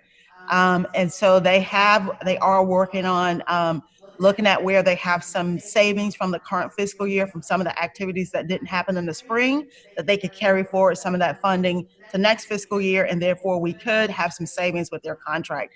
It's just information at this time, but it relates to the guideline in terms of us having the option to reduce the rate. Well, Mr. Mayor, if I could jump into this one that we have spent some time thinking about, but not as much as we have the general fund. And we kind of try to balance what we hear about the downtown business owners and the restaurants and different places that are financially struggling, and to what opportunity there is to reduce their tax burden. But at the same time, thinking about if we kept the tax rate the same, not suggesting that all of the services that DDI previously had been funded for, how we might think differently about the needs for some additional revenue, for some support for the actual businesses, not necessarily the property owners in the downtown area. We don't really have I don't have a plan in place or in mind specifically right now, but I think it is the trade-off of on the one hand, the taxes trickle down to tenants and businesses in those fashions. And so I think about that, but also think about, are there some programmatic aspects that we might want to think about using that full 7 cents or some, by going to keeping it at the 7 cent tax rate to support downtown businesses. The flip side of that, of course, is that I think then we'll quickly hear about, why are we doing something for downtown? Are we prepared to do that throughout the entire community? And a lot of the folks, that we typically would, we would normally hear from, not typically associated with, priorities for downtown versus priorities for businesses in other neighborhoods. So that's a swirl of things that go through my mind when I'm not sleeping well at night about what we do about downtown and the business district, the bid district. But I thought I wanted to put this in front of you, not with specific recommendations, but just to hear kind of some of the council's thoughts about what you're thinking about tax rates and, interest in potentially lowering tax rates for the downtown area versus how we might think about prioritizing some regular revenue stream for other purposes as it relates to downtown businesses, which I'm sure you have already heard a lot from and a lot about. Thank you, Mr. Manager. Do we have comments or questions by members of the council? Mr. Mayor. Councilmember Middleton. Thank you, Mr. Mayor. Thank you, Tom, for that. And thank you again to the staff and for sharing this slide. And this is something I've really thought long and hard about coming in to this discussion. Full disclosure, the council obviously knows, but for those watching, I sit on the board of directors for the bid as the council's rep. So I'm pretty conversant on some of the inner workings of the bid. And firstly, I want to say something about tax rates in general, philosophically, and I, for the sake of uniformity, none of the other rates we're proposing lowering. We're holding them static. We're just holding them where they are. And I think in terms of lowering rates, we know that this is a temporary situation we're dealing with, COVID-19. At some point, we're going to be on the other side. And whatever we lower, if we lower it more than 1%, say to 5%, governments generally don't restore you fully to where you are. It's usually incremental. So if we were to go from the 7% downward, I'm concerned that when this is over down the road, how willing we would be, or would we even have the bandwidth or wherewithal to get back to the rate, pre-COVID rate, when all other rates from a taxation point of view are being held, from the dedicated housing fund, nobody else's rates being cut. Now, I say this because the downtown folk, at least when I think about the folk I deal with DDI, we're not talking about multi-billion-dollar conglomerates in RTP. We're talking about BU Cafe, or one of their constituents. We're talking about Empower Dance Studio. Mechanics and Farmers still has an office on Parish Street here downtown. So one of the things that I know DDI also is working on programmatically is being the tip. When we talk about the lack of minority involvement downtown, DDI is one of the main organizations and interests we're looking to help us fix that. So programmatically, some of the things they're involved in are precisely trying to increase the amount of minority and women representation in the downtown corridor. We're not talking about big out-of-town developers. We're talking about business owners who we know and many of us patronize. So, and I know that there is a willingness to, as Tom alluded to, find a way, perhaps from a budgetary way to redirect funds to deal with some of the issues we may want to deal with under the COVID heading without moving the rate. So from a uniformity point of view, in terms of how we're treating all other tax rates, I'm really amenable towards leaving it at the 7 cents, but we definitely need to have some conversations with the bid about, if we don't lower the rate, definitely redirecting some of the funding, the actual hard budget choices of what they're doing with that money to perhaps, rather than landowners, helping tenants and actual business owners downtown.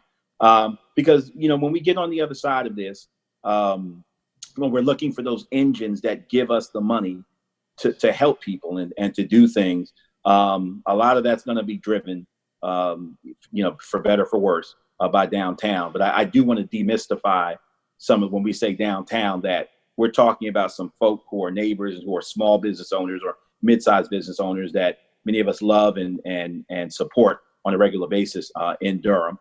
And so I would be amenable to keeping the rate at 7 cents, but working on specific budgetary decisions.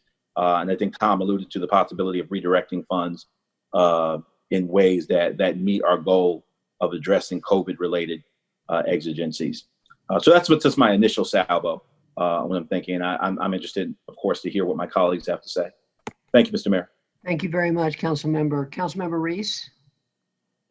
Thank you, Mr. Mayor. Have we heard from DDI about kind of what their thinking is right now? I know we may have received a budget request from them prior to March, but what are we hearing from them about this particular question?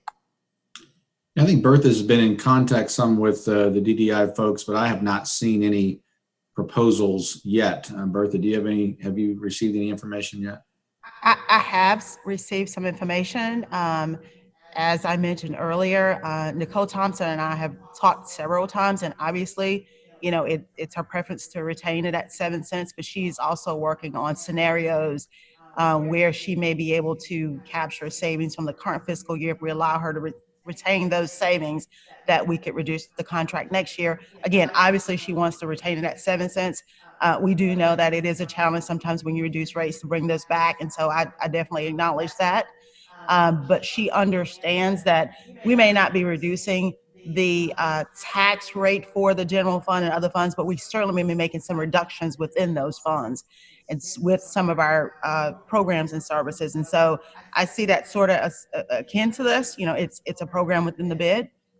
So we have had several conversations, and she has sent me some scenarios. I don't have those in front of me, but I would want to say that she did say she, obviously would prefer to keep the bid at 7 cents. But that's a decision that we wanted to bring this forward, as Tom said, for you all just to give us feedback. I mean, no decision has been made, and Tom has not received the budget yet, nor has he received the additional information she sent to me earlier this week. Thank you, Bertha. Let's see. Anyone else with a question at this point or a comment on the bid tax rate? Mayor Pro Tem. Thank you, Mr. Mayor. Just wanted to comment that the $250,000 transfer from the general fund, if we kept the bid at 7 cents, we would be able to remove the majority of that and still have the fund be not have a deficit. So that's an option that we could consider as well. Thank you. Any other comments or questions on this one? Mr. Mayor? Councilmember Middleton? Yes, thank you. I think I should respond directly to Councilor Reese's query and just disclose that I have, as a member of the board, had conversations with CEO Nicole Thompson, and I can say most assuredly that, one, she is in support of the maintaining it at 7%, and she definitely is willing, managerially and as the CEO, to work to find savings and to redirect funds within under the umbrella of that 7% to address COVID-related matters. So there's definitely a willingness from her part. I mean, she made that representation to me, so I think I should go on record saying that, since Councilor Reese asked me directly. And sorry if I didn't make that clear at the outset of my statement. Thank you. All right, Councilmember Caballero. Yeah, just thinking about, my concern are for the small business owners, and just because their landlords get a rent or, lower tax rate does not mean that savings is going to be passed on in the rent paid to those landlords by the small business owners. Whereas if we keep the rate at 7 cents and there's a little bit more give in the budget, then we can potentially provide more assistance to the actual business owners versus just a tax decrease. So that's kind of my thinking. Thank you very much, Council Member. Do we have any more comments? Councilmember Freeman. I'll just restate, I mentioned earlier that it was concerning that we would be giving a tax cut in an area that folks have already raised issues around it always receiving the attention of the city. And I would think that if we're not considering one in general, that it's a hard position to be in to make one for downtown. And so just noting, I look forward to hearing more about why it would be necessary. If there is something I'm missing, I would love to hear something specific, but I don't understand why we're considering a cut. So that's a little concerning, that's all. Thank you. Any other comments? This one's a little harder to summarize than the other ones, but let me try, Bertha. I think what I'm hearing is that there are some folks that definitely think we ought to keep it at 7. There's a suggestion that we might consider transfer from the general fund or some reduction of that. I think that there's a lot of interest in that if we keep it at 7 or whatever we keep it at, that we hear from DDI what the COVID-related relief that they might be offering to small businesses, especially our disadvantaged small businesses. Am I, colleagues, do you feel like that's a fair summary? Anybody want to add anything to that? Okay. Mayor Pro Tem. Yeah, sorry, there was something I wanted to add, which is that I believe the majority of the DDI budget is their staff, right? They're the downtown ambassadors and folks. So, we're trying very hard to, make sure we keep all of our city staff on board. I would also with organizations where a large chunk of funding comes from the city, wouldn't want to put them in a position where they have to lay off people unless it's absolutely unavoidable. So when we're asking DDI to come back with budget adjustments, given that we could keep the bid at 7 cents and keep their contract whole, and they could keep all their folks on board.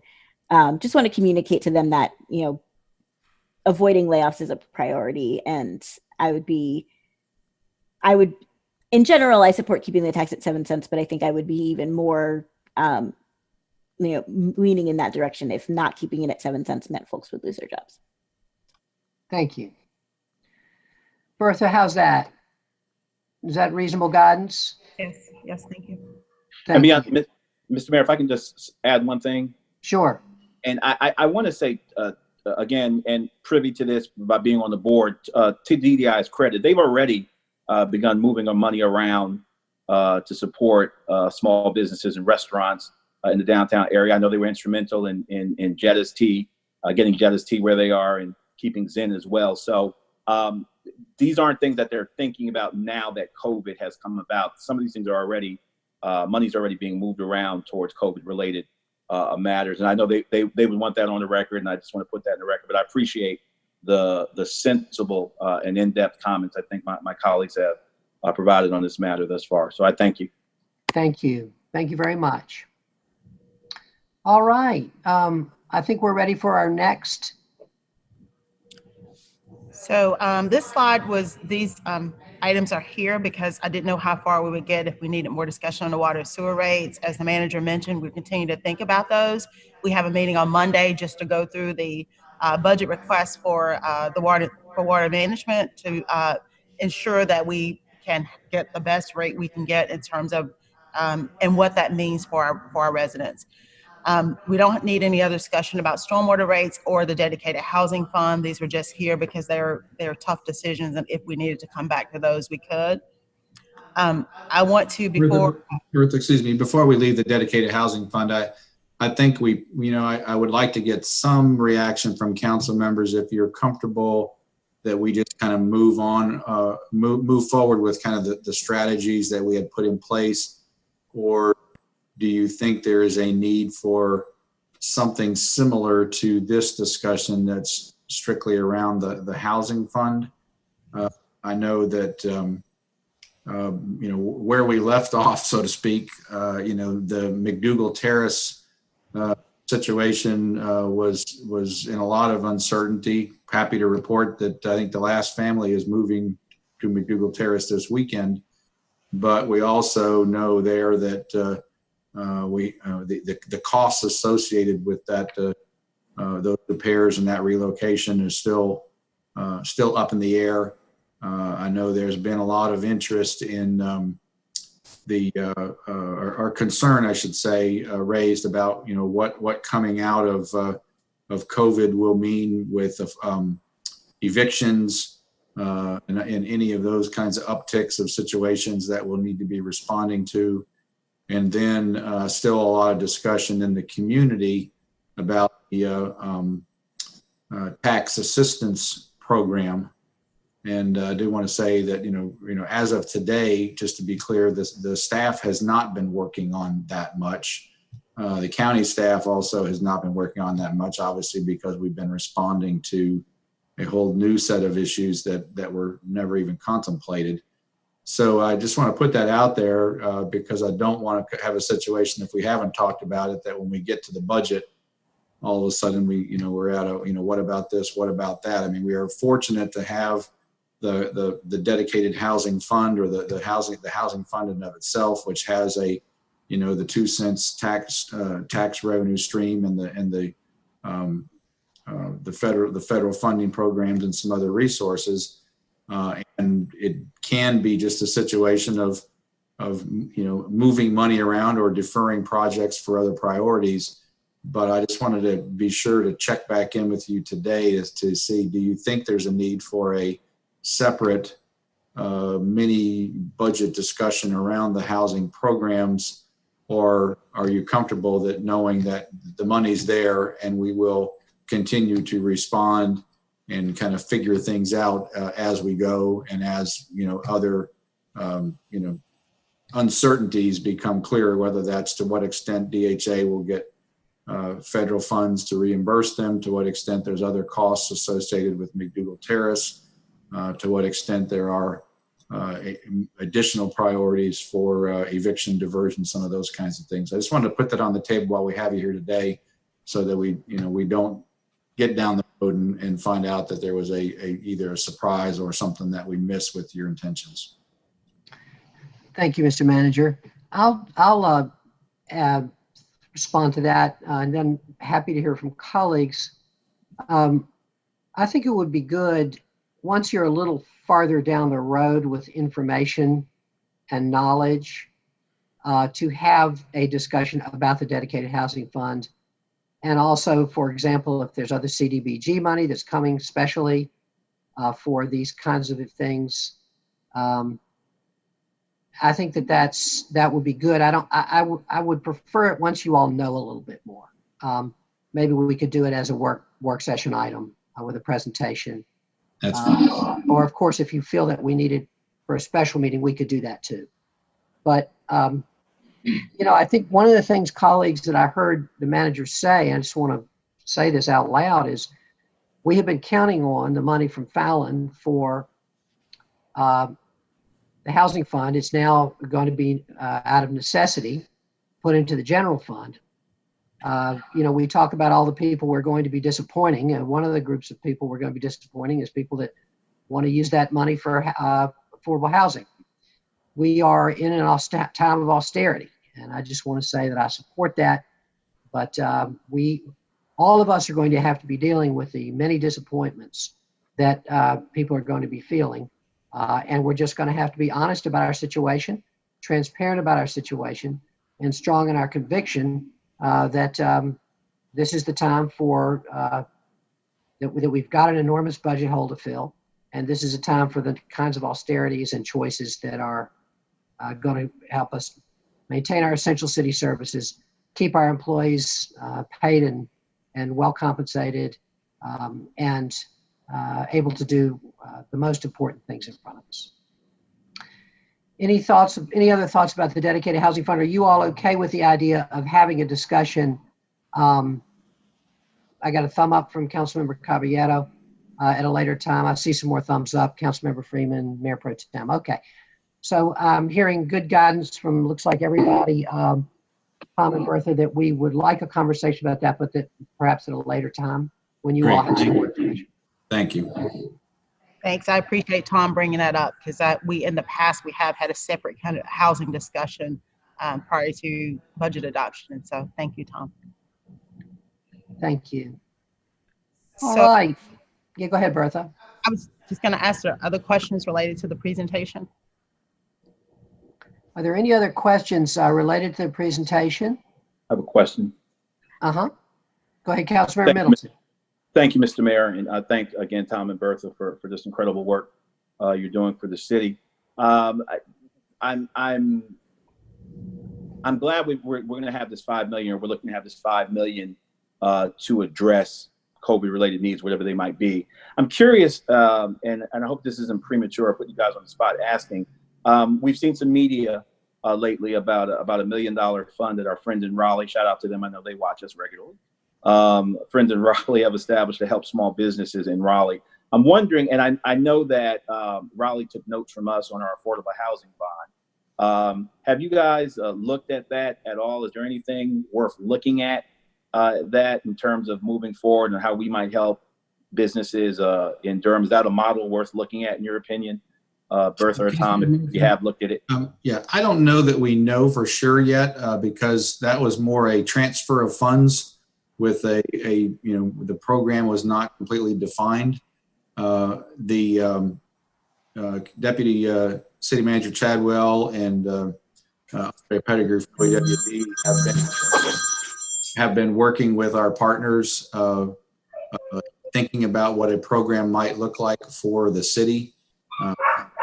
To look at the federal programs and funding that are coming down, trying to understand what that looks like. There's some potential for state programs. So we know that it is an issue that we want to respond to. I anticipate that you'll be hearing more from us kind of out of the budget cycle about what that might look like. I think we are being very cautious to not fall in the trap of acting quickly for the sake of acting quickly, as I say, scratching an itch and making sure that that whatever we come forth with really is targeted and not just something that is quickly used up by those that have the easiest advantage of access. So it's something that we want to be very intentful about. Certainly, I think it's going to play into our Built to Last initiative as well. Probably will look a lot like that, but just with a little bit different focus. So you'll be hearing back from us soon with some ideas about that. But I also want to say I am not at this point. I don't believe we're going to be as that we're in a place to say let's write $1 million check so that we can say we did something and move on. We want to be not saying Raleigh did that, but those programs and guidelines have not been developed yet, from everything I understand. Thanks so much for that. Appreciate it. Thank you. I think we all recognize the importance of assisting our small businesses, and we want to do it in a smart way. And I think that Tom and I have talked about this, and I've been on some of the conversations with, a couple of weeks ago, conversations with self-help and Duke University, as you all know, has established a fund of $1 million to help small business. And there is, in the way that Tom said that they haven't decided, that we're still trying to decide about how to set up a program. Duke is still working to figure out what its criteria are. I feel strongly, as Tom indicated, we don't want this to be a first come, first serve program like the PPP has become for the federal government. We want to target the disadvantaged businesses that we know are most in need and are the least likely to be able to access federal funding, including some businesses that are operated by undocumented people who can't access the federal funding at all, but are historically disadvantaged businesses. And so I just want us to be mindful of that. I know that Duke is very interested in us helping to match their funds, and I definitely support that. But I support the thoughtful approach that the university is taking, and that Stephanie Williams' office and that our OEWD is taking, and the other folks working on this. So I definitely want to do it. I'm very much in support of it, and I want to do it our way, the way that we do things and do things well. Any other comments or questions on that? Anything else on that? Councilmember Freeman. Thank you. I appreciate your comments on that. And I understand. I know that I mentioned on Monday night pulling together some folks around creating a fund specifically to address something like this. And so I'm waiting for them to give me more information. And I know that they're trying to nail down some specifics exactly around what you mentioned. Just as a small support or a small piece and part of trying to support the small businesses in our community. I just wanted to track back. I noticed we received an email while we were in this meeting, and I just wanted to be clear that if there were a decrease in the match for 401ks, that would still come back to us before it was done. I just wanted to make sure that was clear to folks that this is not we're not saying that we're going to decrease anything right now, but That's correct. that we're just making sure that there's considerations that are available for the city to make adjustments if necessary. Absolutely. Thank you. All right. I think we've done it, Bertha, have we? Yes, and I just want to thank John and Lauren, his team. They have pivoted from working with our departments, developing their budgets, to go back through our multi-year plans and develop these presentations. We are so fortunate to be able to telecommute, so we haven't lost any time in terms of the budget process. And so I just want to thank John and his team for all the work they've done over the last few weeks and continue to do, getting us ready and trying to weekly listen to what's going on with economists and other folks and trying to, adjust accordingly. So I just want to thank his team and thank you all. I too want to express my appreciation to Bertha and the budget staff, but all the department directors who have just continued to work amazingly under very fluid situations. And a lot of times, some of these budget discussions are not their highest priority for the day. But they have stayed attentive and responsive as we've tried to work through them. And as I said at the beginning, really the next couple of weeks are going to be very intense for us to have quite a few meetings to sort through how we come back in the middle of May with a recommended and balanced budget that is consistent with the budget guidelines and is something that you will be willing to consider and propose to the community. Thank you, Tom. I think that, and I want to thank thank you, Bertha, and add to your thanks to John and Laura and the others on your staff. We appreciate you. So I think what I'm hearing, Tom, let me make sure that we're all on the same page now. Pardon me, about the timeline. You all will be talking to us in your individual meetings, Tom, and maybe if you need others in the interim about what your thinking is along the lines as you develop more information. On the housing, we'll have some sort of more a group presentation, either at a special meeting or at the work session. And then in mid-May, you'll come to us with a fully developed budget proposal. Is that what we're thinking? Yes, and I think that we'll likely have that kind of pre-budget check-in with where we are before the budget is presented, but we would be presenting the budget officially at the second council meeting in May. Okay, thank you.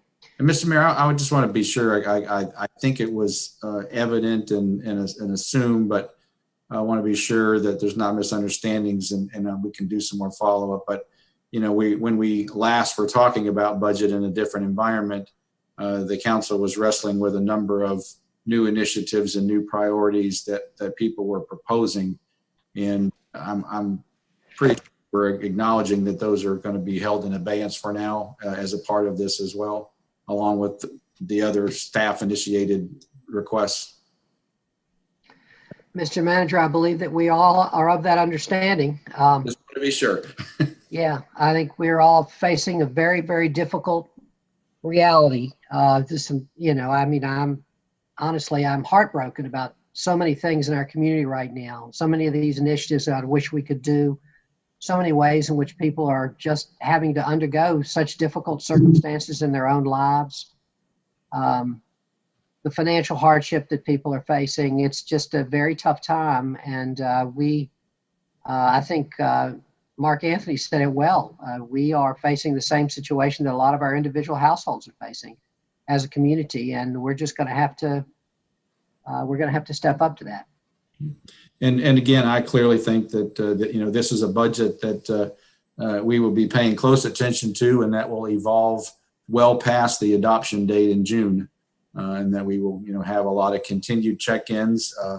And if we are very fortunate and things can rebound, then there'll always be opportunities to come back and revisit some of the issues. But for now, again, we are where we are. But thank you for your support and cooperation with all of us. Thank you. Colleagues, I do want to say that we have out today a new stay-at-home order the county has amended the stay-at-home order, which we, of course, have adopted in the spirit of our unified stay-at-home order. It does extend until May the 15th. As you all know, the governor extended to May the 8th. This is a week beyond that. The governor has continued to make it clear that what they're doing at the state level is the floor, and they're expecting the urban areas to do what we need to do to keep our communities safe, and the understanding that our restrictions are very, very well might be more stringent than theirs. So we are continuing our own order through May the 15th. We have done a little more relaxation. We're trying to gradually relax things that we can and let people get back to, especially employment and so forth. So we've done a couple things. We've relaxed the real estate regulations a little bit. And I want to thank Councilmember Reese and Commissioner Reckhout for working with our real estate businesses on that. Thank you, Charlie. Big help. And we're also now allowing curbside delivery or pickup from any retailer. So Wake County and Orange County have been doing that for a week. I'm not sure how long Orange has been doing it. Wake's been doing it for a week. They have felt like it's been successful. So you will now be able to, if you're a retail business, be able to offer curbside pickup even if you're not deemed essential. This is under certain, of course, safety constraints, but I'm glad we're able to do this loosening up. And then in the last order, we also reestablished the ability of farmers markets to operate under safe circumstances. And I want to thank everybody who worked on that as well. But I did want to let you know that that order will be in effect tonight at 5 o'clock. Any questions about that? Councilmember Caballero? Just that the governor did cancel school through the rest of the year during his announcement this afternoon. Okay, thank you. And then I had a quick question that was budget related. Sure. Which is, we're supposed to have a minimum of one public budget meeting, which that was the one we canceled back in March. And so are we thinking, I guess, what are we thinking around that? And then additionally, I just wanted to say thank you to all our staff for your excellent work. I know we're facing some really tough decisions, but again, you really do set us up to make those hard decisions in a really effective way. So the public hearing, we still have a public hearing scheduled for June 1st, which is the required public hearing. The one we had scheduled before was not required. Thank you. Thank you. Any more questions for Bertha or Tom? All right, thank you for this special meeting, everybody. Great job. Have a great weekend. Everybody, thank you so much. I'm going to declare this meeting adjourned at 3:22 p.m. Thank you so much, everybody. Everybody have a great weekend. Stay home, wear your masks. Thank you. Thank you, Tom. Thank you, Bertha. Good Thanks, to see you all. everyone. Thanks, everyone. Bye. Bye.